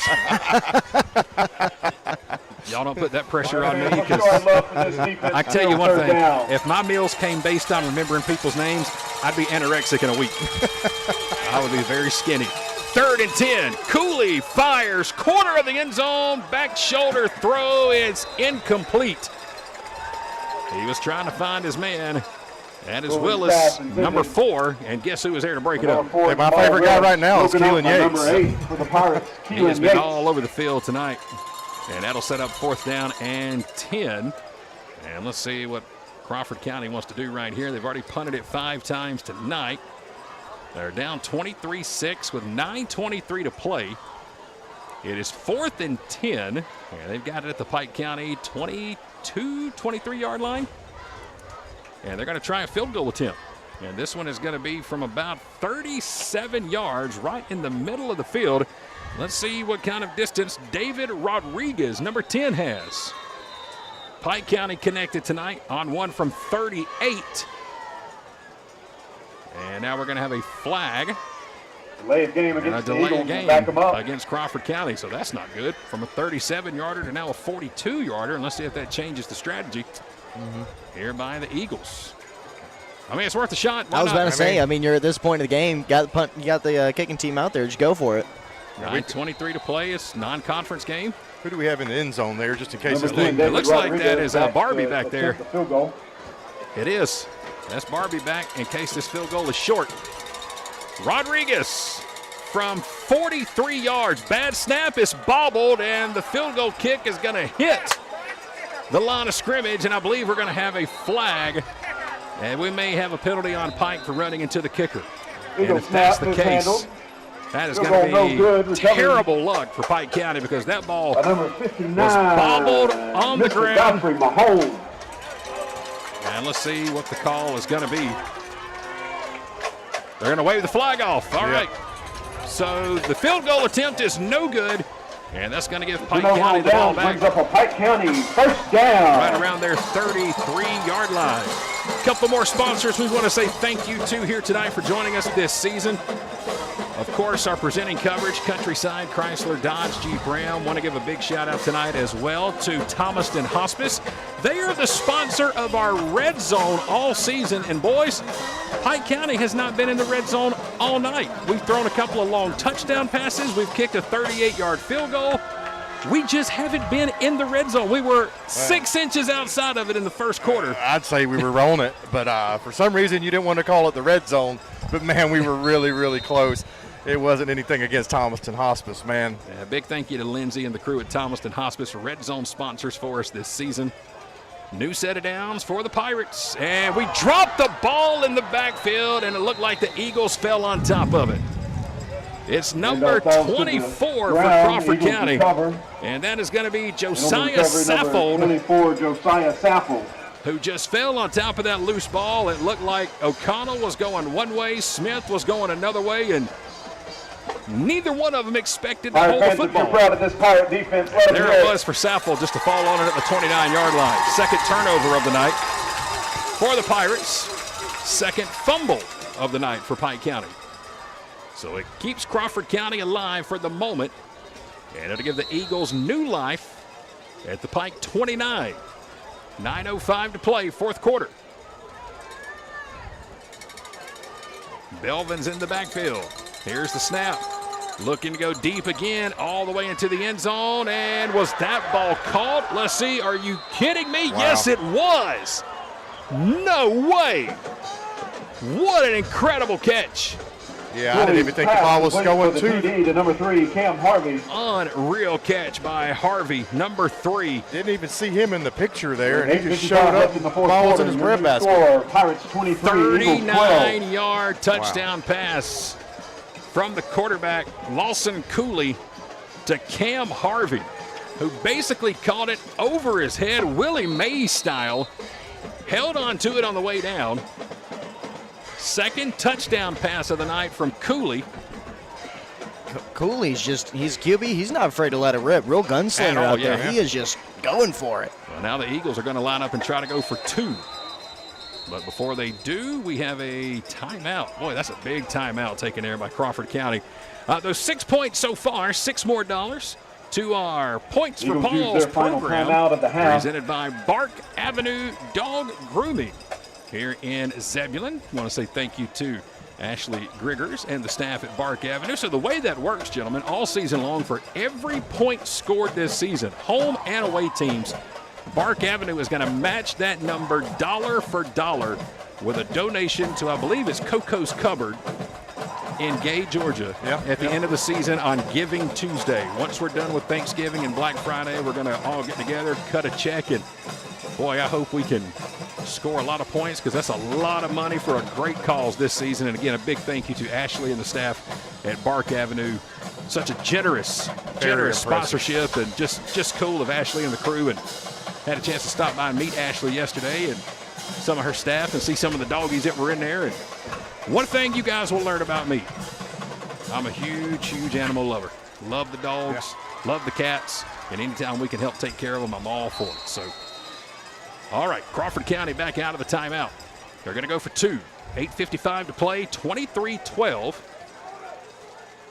Cooley going to put Anderson in motion. He'll take the snap. He's going to roll right, fires, and is badly underthrown. And the 2-point conversion is no good. So our score remains 23-12. Hey, let's welcome you back inside the Advanced Roofing and Interiors broadcast booth real quick. While we have a moment here in the fourth quarter, this is Chris Childress. I'm Chad Feltman. Hope you're enjoying the broadcast tonight, and hope you're getting ready to come out tomorrow, because Chris is going to be washing cars all morning, right? Did I hear that right? Oh, not Chris. No. The freshmen will be washing cars in front of the 9th grade academy between 9 and 12. I may be getting my truck washed over here. I'll bring it over here and get the truck washed and donate to the cause. But I'll probably be spending some time with my wife. Miss her, love her. Won't be washing cars, but get your car here and let the Touchdown Club feel your generosity as these guys. And look, like you said earlier, run it through the mud. Get it good and dirty. Make them work. Oh, yeah, especially after a hot night like this. Make them earn that money tomorrow morning. 9 a.m. tomorrow right here on campus. Come on out, support the Touchdown Club. The freshman with a big fundraising car wash right here tomorrow morning. All right, touchdown by Crawford makes it 23-12. Still a ball game. We're not done with this yet. 8:55 to play. Onside kick attempt. Gets a nice bounce. It's up in the air. And I believe the Pirates came down with it. We got to break out the binoculars on that one. And I want to say that Landon Partain. Eagles attempt the onside kick. You're absolutely right. Wow, that ball was up in the air for a long time. A great onside kick attempt. Onside kick recovered by the number Eagles. 48, Braden Turner. Braden Turner, 48. That's who Michael Moody called for us. Yeah, Michael's got some on good PA. eyes. Yep, so thanks to Michael for the shout-outs here tonight at the ballpark. And again, love listening to him. Does a great job here tonight. And, boy, just what an awesome night. First night of the season. Small town, Georgia, Friday Night Lights.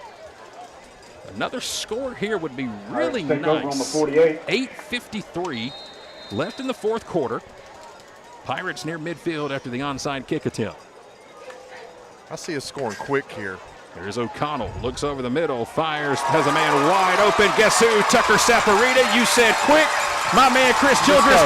It don't quick any quicker than that. How about that? 52 yards. Second touchdown of the night for Tucker Saporita. Yes, sir. Yes, sir. A quick strike right over the middle of the field. And then it was just a foot race after that, and nobody was catching number 18. No, that was beautiful, beautiful. Thank you, Tucker, for making me look good. The play gains 52 yards. Good for a Pirate touchdown. 52-yard strike. Second of the night for Saporita. That's exactly how you want to answer that drive from Crawford. And now we get the point after attempt here. Again, Legend Godin, number 24 to kick it. Jack Hammond, the senior. Excuse me. Godin will hold, I beg your pardon. Hammond will kick it. Hammond's been busy tonight. Good snap, good hold. That kick is up, and it is right through the middle. Number 72. 7 more points. $7 more dollars to the Points for Paul program, presented by Bark Avenue at Pike Plaza. 52-yard touchdown pass from O'Connell to Saporita. How about the the sophomore quarterback? 4 touchdown passes here tonight. Unbelievable. 2 of them to Saporita. As a reminder, it is not a bad night for a sophomore to start the season. Yeah, he has some weapons. He has weapons on that offense. And if he's able to continue to spread that thing out, this team is going to be electric all year. As soon as we get this kickoff, we're going to go back to our Express Sanitation Services scoreboard. And we should be close to getting some finals coming in throughout the night. Again, we have a final from Wednesday night. Callaway, who's in our region, we'll see them later this season. They played in the Corky Kell Classic, and they lost to Prince Avenue Wednesday. Jackson went to Columbus last night and pounded Hardaway 38-0. And also from our region, the Rutland Hurricanes, they fell to Bleckley County last night. Here's Hammond. Little squib kick, got to be fielded at the 30-yard line, and immediately the Eagles will fall down. I don't know if that was on purpose or if the field was wet, but number 6, John Sanford, fell on top of it. All right, let's check back in with Eric Edmondson for an Express Sanitation scoreboard update.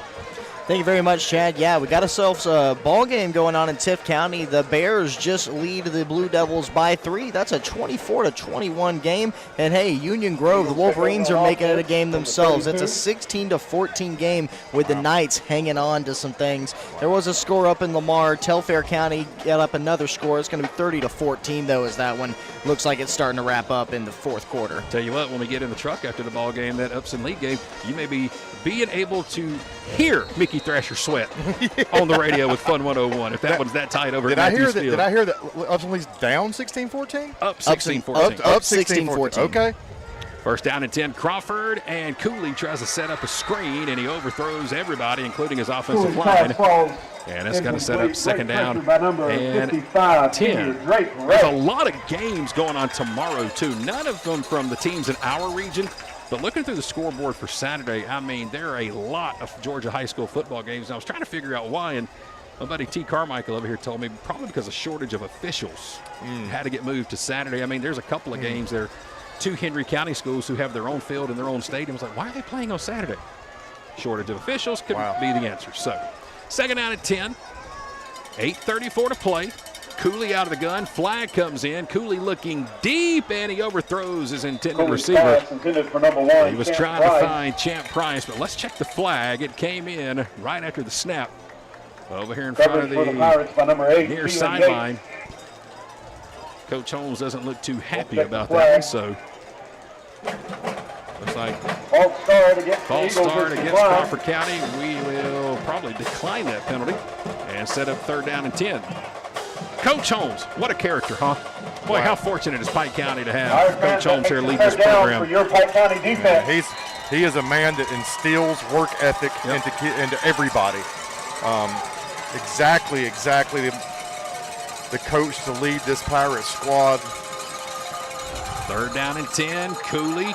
Pressure coming from behind. Ball is tipped and almost caught by C.J. Anderson. For number 7, he almost caught it twice. Number 4, Max McBrayer. C.J. bobbled it, came down on his back, almost had it in his fingertips, but he couldn't bring it home, and it's going to set up 4th and 10, and it stops the clock with 8:21. I feel like we've had 8 minutes on the clock for the last 45 minutes. Have they Feels started like the that clock? thing is broken. 30-12, Pike County is on top. Pirates led 16-6 at halftime. I think it was 8:41 when Saporita caught that touchdown. That was 20 seconds ago. Sounds right. Which was 45 minutes ago. And here comes punt number 6 of the night for David Rodriguez. No pressure at all from the Pirates. A low line drive kick. Take a bounce at the Pike 42 and roll down toward the 39-yard line. 8:10 to play. We'll take a quick 30-second timeout to say thank you to a great partner of ours, that being our friends at Thomaston Hospice. When someone you love is facing a life-limiting illness, every moment matters. At Thomaston Hospice, we're more than healthcare. We're a team of neighbors, friends, and caregivers right here in our community, walking beside you every step of the way. Connect with us on social media, visit our website, thomastonhospice.com, or call us at 706-647-2273. Thomaston Hospice is a proud supporter of the Pike County Pirates. 1st down and 10, Pike County. Here is O'Connell, going to work out of the gun. And O'Connell's going to keep it. Oh, he's hit from behind. The ball is knocked loose. I believe the Eagles fell on top of it. They did. It's Belvin, number 42. And they came in and they got O'Connell. Could have easily been a horse collar call. But Belvin was able to come in. Eagles take over on the 35. And it'll be another turnover. As great as O'Connell has played tonight, unfortunately, that is the 3rd turnover he is responsible for. He's got 4 touchdown passes, but also 3 fumbles on the night. Well, Belvin's been a pest. Yeah, Belvin, I mean, you circled him coming into this game. He offensively, he can run, but defensively, he's a game breaker. Yeah. I think he was the only one with a sack in last year's game. That would be correct. Here's Cooley on 1st down with Cooley's a flag. pass falls incomplete. Once again, great pressure by number 55, senior Drake Wright. Incomplete. It'll bring up 2nd down and 10. 7:57 to play. Well, let's check the flag right here. We did not have our first flag until midway into the 2nd quarter, but second half has definitely had a lot more dirty laundry. Flag on the play looks to be a false start against Crawford County. That'll back Crawford up. Next week, Crawford County is heading over to Milledgeville. They're going to be taking on Georgia Military Prep next Friday night for their 2nd game of the year. Again, Pike County, we will be heading out toward Tallapoosa. Hope y'all can come join us. If you can't make the trip, join us right here for the broadcast. More than likely, the plan next Friday, it'll be an audio-only broadcast. You'll still be able to check in right here on our YouTube channel, but more than likely no video next Friday night unless miraculously we have some incredible internet in Tallapoosa and we get the rights to live videos. So that's kind of how it works in the shindig. But we do know we have been given permission to broadcast next Friday night. Very nice of them. Yep, and we've got our own press box next Friday night. So the hospitality from Haralson County, much appreciated. Cooley lobs it up, looking to go deep to Willis. It's incomplete, and we're going to have a pass interference penalty Coming up here, it looks like that's going to go against the Cooley Pirates. pass intended for number 4. That is going to be number incomplete. 17 on Roger the coverage. Colquitt. Flag on the coverage. Roger Colquitt, first time we've called his name tonight, is going to get hit with the PI call. And we're probably going to start seeing a lot of that here in the fourth quarter from Crawford County. Pass interference will give the Eagles a first down. So that'll bring them up 15 more yards. That's Crawford at the 25 with 7:37 to play. You know, the crazy thing is we told the ladies over at Ruth's this game probably be over with by 9:30, 9:45. Good thing they're up until midnight tonight. It might be midnight before we get in there. Cooley with pressure throws, and it's incomplete. Pirates in the house. Cooley's Four pass ball's different incomplete. Pirates coming in. As Cooley was trying to find number 33, that is Jesse Harris. Great He was one of the pressure by number captains tonight. 24, Legend Goddard. But he could not complete the pass, and it sets up a second down and 10 for Crawford County. As we are late in the fourth quarter, 7:31 left in the ball game. Time just 30 to feels 12. like it's stopped. It does. This is the longest fourth quarter ever. And Pike County is now going to get hit with an offsides penalty. Tucker Saporita was so far back he could have tucked that snap from Cooley. Encroachment on the defense. Well, I mean, when you got 2 touchdown catches tonight, why not try to catch him sleeping and time it out just right and get one of those highlight reel hits? Yeah, he was going to take that snap and just keep going with it. So 5-yard penalty makes it 2nd and 5 for the Eagles. And now another whistle and a flag from the backfield. A false start against the Eagles will back them up 5. And this never-ending fourth quarter continues. Yeah. A lot of football getting played. Two penalties, 10 yards, not a second off the clock. I don't know about you, Chris, but my legs are starting to get weak. Oh, man, you know. Eric, we are about to swap.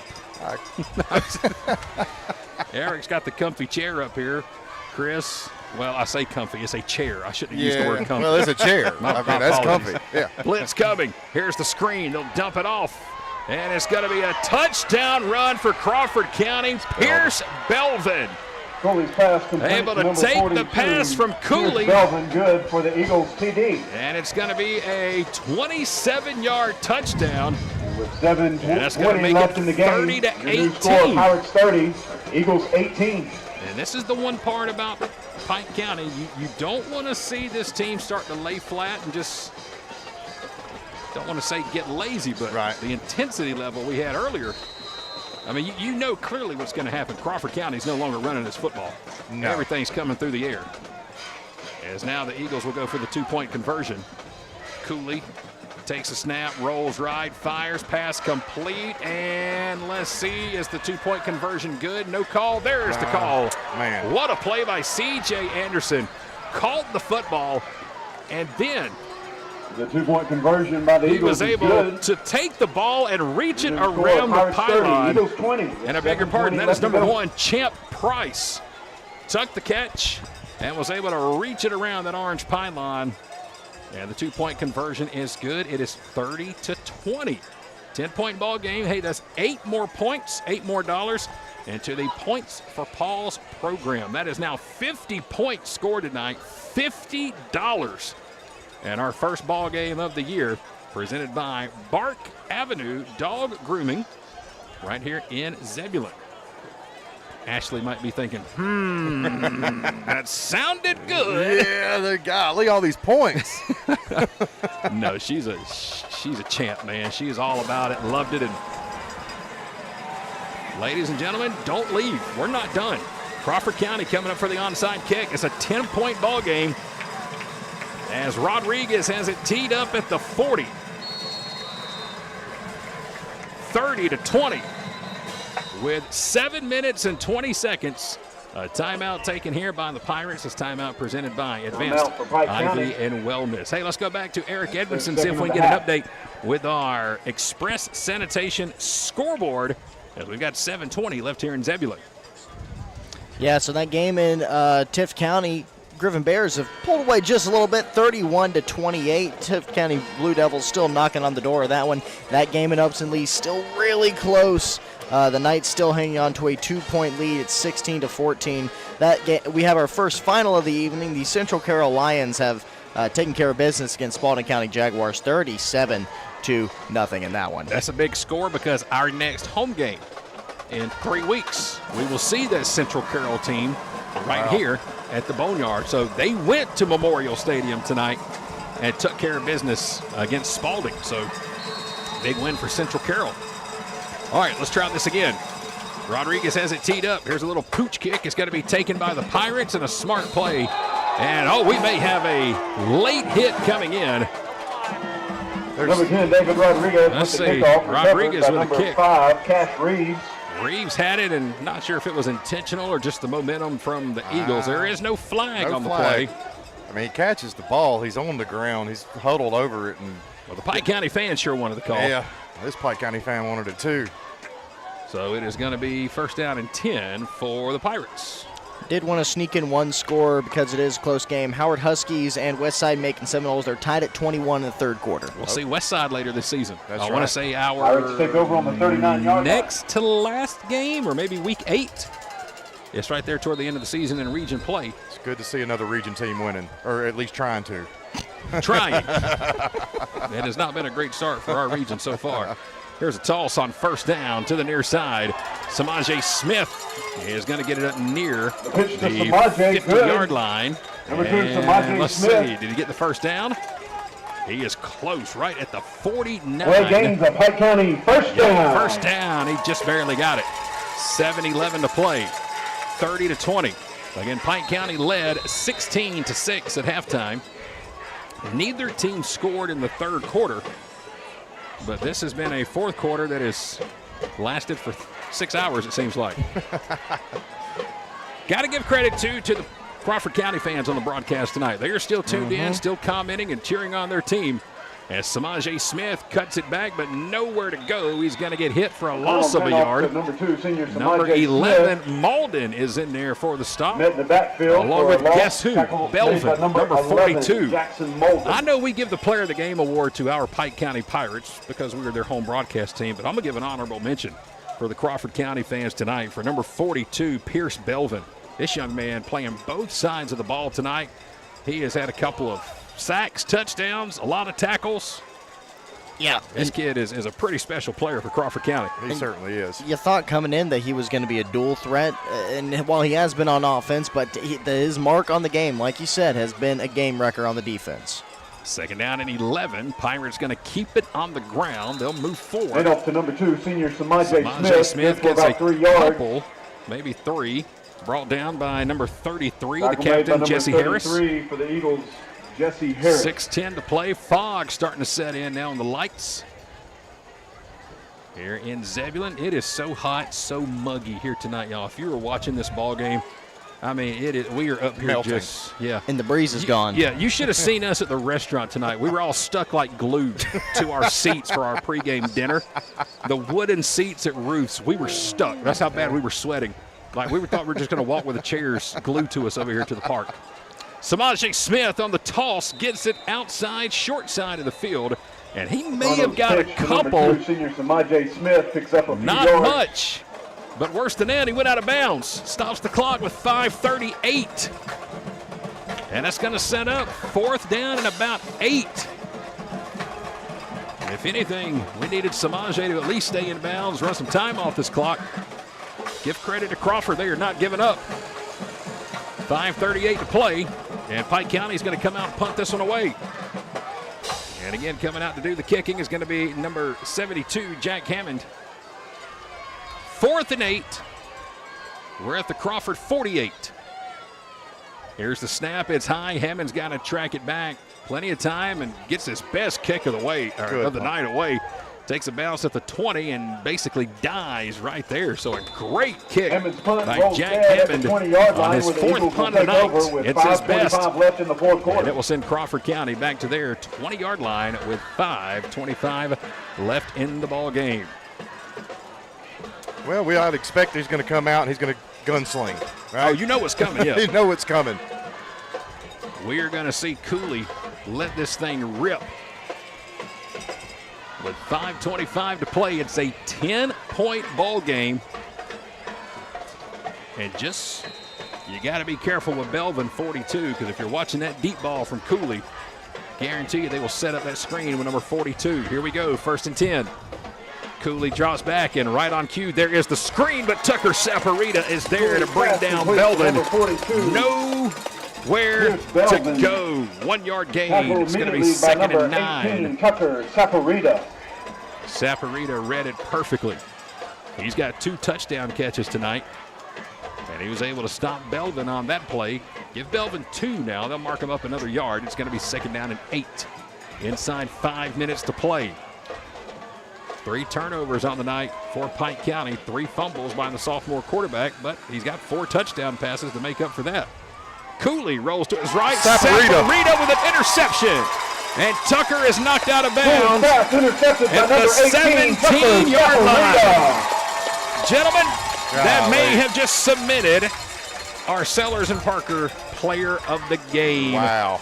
We won't call it just yet, but Tucker Saporita may have just put the nail in the coffin there. And hey, how about this? For the first time tonight, we are finally inside the Thomaston Hospice red zone. With 4:40 to play in the 4th quarter. Tucker may need to get it just for getting us there. Absolutely. Big shout out to Lindsay and the crew at Thomaston Hospice. Proud sponsors of our red zone this season. We were close in the 1st quarter. The good news is we've got 30 points. We just haven't been inside the 20-yard line to start a drive until now.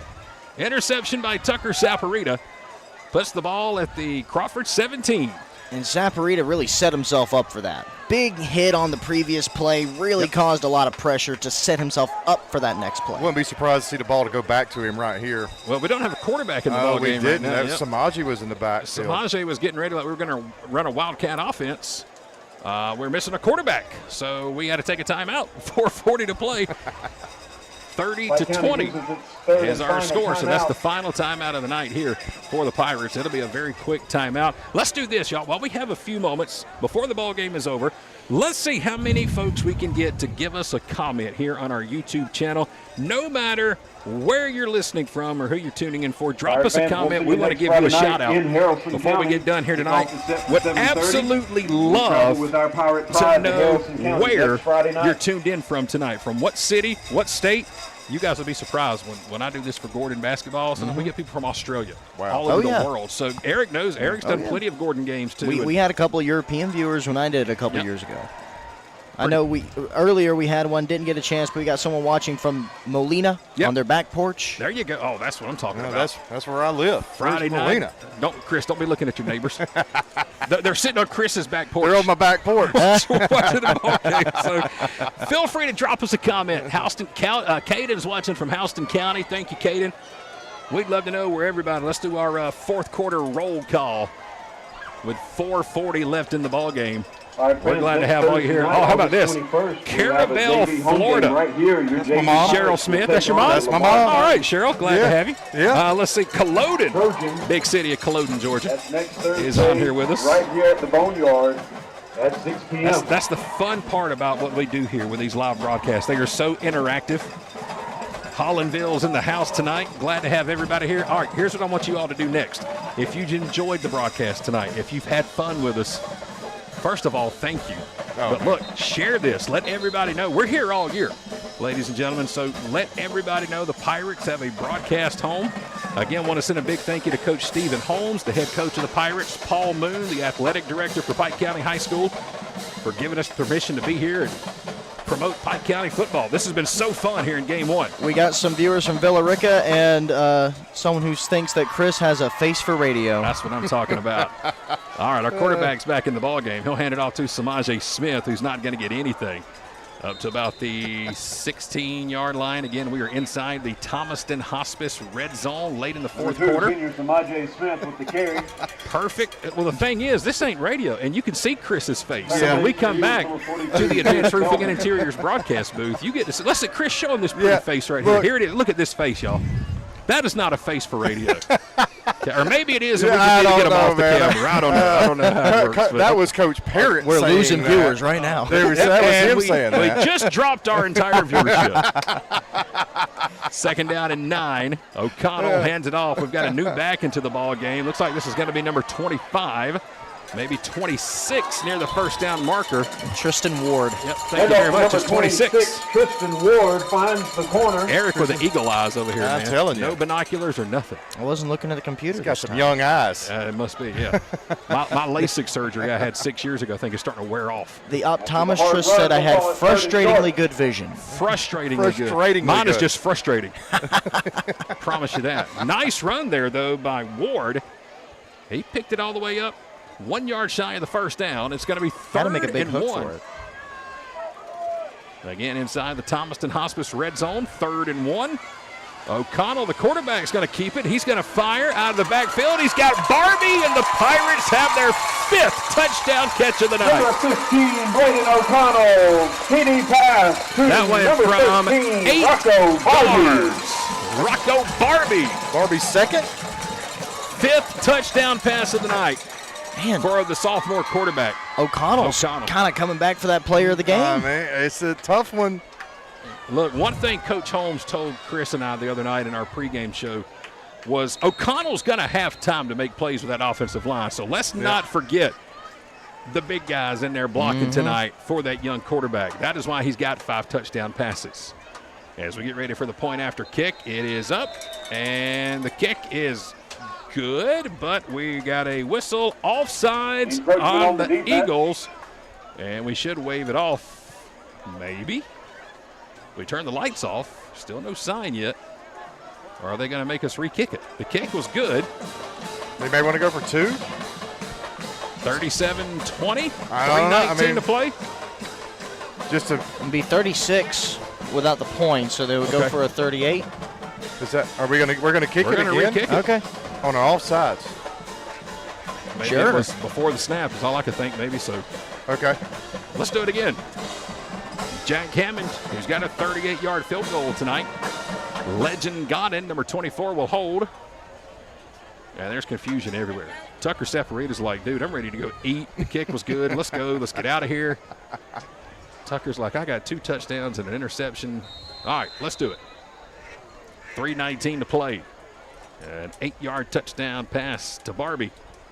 And now we get the point after attempt. Good snap, good hold. This kick is wide right. So the kick is no good. 2nd missed point of the night. But it's $6 more to the Points for Paul's program. So it's 36-20. Pike County is on top. All right, let's go back to our YouTube feed right here. Do we have any more hate mail for Chris? We got Alan and Colleen watching from Barnesville. How about this from Houston County? They're tuned in with us tonight. We got a couple of Athens watchers, too. How cool is that? All the way from UGA, Travis Rowland is watching from UGA in Athens. Go Dogs. Good to have you watching, Travis. Let's see here. Roberta. No, we got to pronounce it correctly. Roberta is how it's pronounced on here. So Hannah Allen, Hannah's tuned in again. Glad to have everybody on the broadcast. Glad to welcome all of our fans from Crawford County tuning in.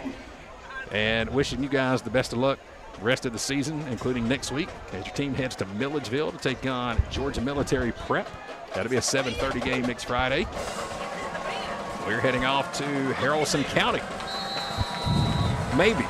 This one may end by next Friday. Here's the kick. It's an onside kick, going to be taken by the Eagles, one of the up men here at the 50-yard line. That's a big boy. Man, good hands up here. I'm trying to grab a number at the bottom of that pile. Josiah Saffold. Why did I even try? Eric's over here with Superman vision. 24, Josiah Saffield. That was a great play by Saffield. Plethora of Pirates. So the Eagles will come out with 3:10 to play. 36-20. And again, it's not over yet. It's still a 2-possession ball game. Crawford County just picked up a touchdown and a 2-point conversion. We got Coach Holmes' mom watching from Villa Rica. Love it. We're going to be out her way next week. Not too far from Villa Rica. I say we stop by Coach Holmes' mom's house for pregame dinner. I'm down. Next Friday. All right, we're gonna try to make that happen.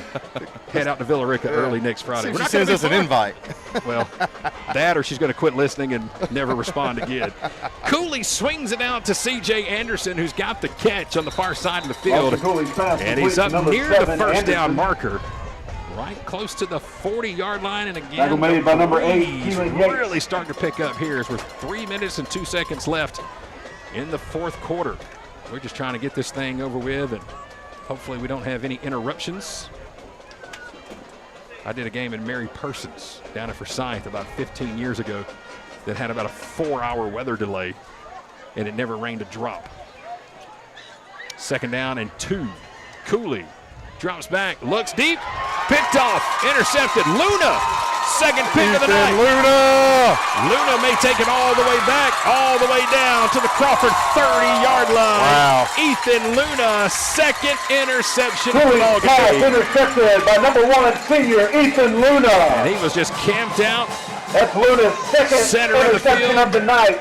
And Ethan has Tackle his made second by number pick. 5 for the Eagles, Lawson Cooley. And that might just be enough to maybe come out and take a few knees. We do have an injured player down. Is it Luna? It's hard to see. It is right underneath that Pike County tent. It is. It's Luna. He is down. And he is right in front of the Pirate video tent right here on the sideline. But took a big shot, I guess, at the end of that play. He's got, I'm trying to see what coach is down there with us. We got a bunch of players. And he's up on number 1, Ethan Luna. Shaking up at the end of the play, but Ethan, with his second pick of the night, will come off the field. Glad to see him stand up after a shot like that. What a second pick. Wow. All these Pirates are just trying to get a free meal at Ruth's. Well, we got some new Pirates in the ball game now. Brand new quarterback in, number 22. Going to hand it off to a new running back, number 9. We'll give you those names after this play, and it's going to be a loss of a couple. That new quarterback, 22, is going to be Mitchell Hull. And number 9, Elijah number Primo. 9 is Elijah Primo. As we click down, 2:25 to play. Loss of a yard. In the backfield by number 21. It's going to be DJ 2nd Dennis and Preston. 11. Neither team with any timeouts remaining. And it looks like Pike County should be able to hold on. As the marching Pirates, number 22, senior start Mitchell to Hall. fire up the band down here to our left. 2 minutes left on the clock. Mitchell Hull, the new quarterback. He will toss it here, near side, up to the 30, 25. Man, and Primo run. Yeah, Primo just about lost his head on that one. Almost had it ripped off. And he'll take it up to the 25-yard line. Number 9, Elijah About a Primo with the hard 6-yard run. gain. Stop made for the Eagles And by it'll be number 3rd and 5 with 25, 1:39 to Bradley play. O'Neal. So it looks like Pike is going to hold on, and for the 17th time in program history, will defeat the Crawford County Eagles. They will also improve to 9-1 in their last 10 games against Crawford County. 1:20 to play. Hull will take the snap. Back to Primo. Primo right side, tiptoeing his way across the 25. Down to about the 23-yard line. He's going to get about 3. And there's a bunch of whistles. And that should set up 4th down as we hit 1 minute left in the ball game. The clock's going to run. Again, no timeouts for either team. So Pike County will come out and have to run at least one more play. Once again, don't forget, after the ball game tonight, our friends over at Ruth's Restaurant going to be open until at least midnight or later. So as you're leaving the Boneyard tonight, be sure to stop by Ruth's. They got their menu open for you tonight. They would love to have you. Maddie, did I get that right? All right. Yeah. I did it, boys. All right. We're getting our table back. Maddie was our server earlier today for our pregame meal, and she was wonderful. So if you get over there tonight, make sure you tell Maddie, first of all, we said hello, but second of all, Chad got her name right. It may have took until 25 seconds left in the fourth quarter, but doggone it, I did it. And now they're going to It's amazing what you remember when your stomach starts growling. Man, you ain't lying. When it comes to getting fed, I got the greatest memory ever. And now we'll stop the clock momentarily. Before we do get out here tonight, I also want to say thank you to Michael Penn, who has been on the camera for us all night. Michael, thank you so much. I want to say thanks to Chris Childress, who's been here with me tonight. To my right, to my left tonight is Eric Edmondson. Glad to have everybody here with us this evening. And again, so glad and honored to be here for Pike County football. As it looks like we're just going to let the clock run out. County with the clock and running. that's going to do it. Your Pirates find themselves 1-0 to start the season. So our final score here tonight is going to be Pike County 36, Crawford County 20. We'll take a quick timeout. We'll come back, wrap up the broadcast, and give out the award for our player of the game right after this message from Advanced Roofing and Interiors. Gutters, siding, painting, concrete, fencing, and more. The list goes on and on. No matter what you need done around the home or office, Advanced Roofing and Interiors can handle it all, even major storm damage. No job too big or too small. When was the last time you checked the condition of your roof? Advanced Roofing and Interiors offers free roof inspections. Don't wait for issues to arise. Contact us today for a free roof inspection. Our expert team will provide an assessment, answer all of your questions, and ensure your peace of mind. Be sure to visit our Facebook page to see recently completed projects and read real customer reviews from real customers. Advanced Roofing and Interiors is locally owned and operated, licensed and insured, and works with all insurance companies. Visit us online at advancedroofingandinteriors.com to learn more and to see all services we offer. How does Countryside Chrysler Dodge Jeep Ram in Jackson sell more vehicles than any other dealership in the area? It's simple. We have the most inventory. Regardless if you're looking for a new Chrysler, Dodge, Jeep, or Ram, or a high-quality, low-mileage pre-owned vehicle, we've got something for everybody. Be sure to check out our huge online inventory at countrysideautomotive.com, and let's make 2025 the time to find your new ride at Countryside. When Jody Sellers and Kevin, two law firms, one mission. When Jody Sellers and Kevin Parker team up, the courtroom better be ready. Compassion where it counts, fire when it's needed, and results that speak for themselves. We fight for you like you're our family, and we don't back down, ever. Introducing Sellers and Parker LLC, your hometown law firm that provides big-time results. Call us today at 770-415-9848. Visit sellersparker.com or find us on social media at sellersparkerlf. Sellers and Parker LLC, where clients become family. Well, here we are back inside the Advanced Roofing and Interiors broadcast booth high atop the Boneyard at Pike County High School alongside of Chris Childress. I'm Chad Feltman and Eric Edmondson joining us here tonight as we have a final 36-20. Pike County wins it here tonight. All that's left to do now is to announce our Player of the Game award. You just heard from Sellers and Parker. They are the proud sponsors of our Player of the Game each Friday night for Pike County football. And tonight's Player of the Game is going to get that free meal to go to Ruth's Restaurant, which is just a stone's throw away from right here on top of the press box. A big thank you to Ryan and his crew at Ruth's, and thank you for feeding our K13 media crew earlier today. We'll be there for every home game this season. And the guy who may be joining us next time, ladies and gentlemen, how about we go with the guy tonight who had 2 touchdowns and an interception, the junior, number 18, Tucker Saporita. Wow. What a game. Wow. That young man, junior, golly, showing out.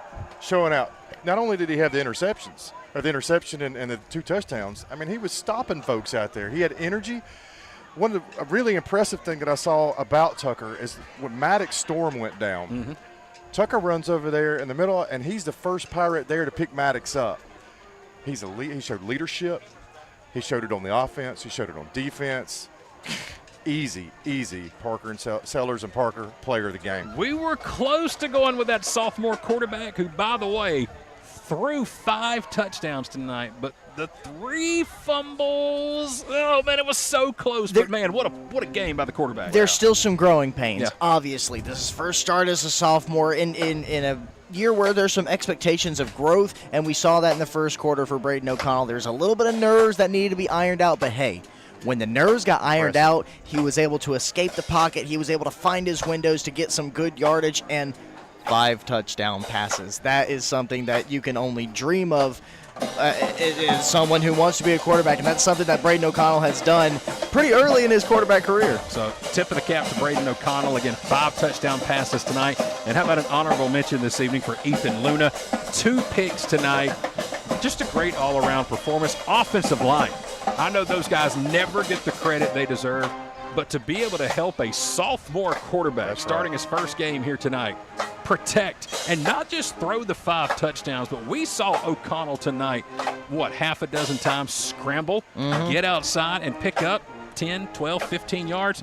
Big shout out to that O-line here tonight as well. And that's exactly what Coach Holmes said in his preseason interview with us, is that they had to make sure to protect Braden O'Connell, and that's what he highlighted, that the strength was going to be the O-line that really props him up and gives him so much time to develop himself and develop the play. Well, Coach Holmes told us earlier today in our Inside the Huddle interview that if we didn't win, his wife wasn't going to let him come home.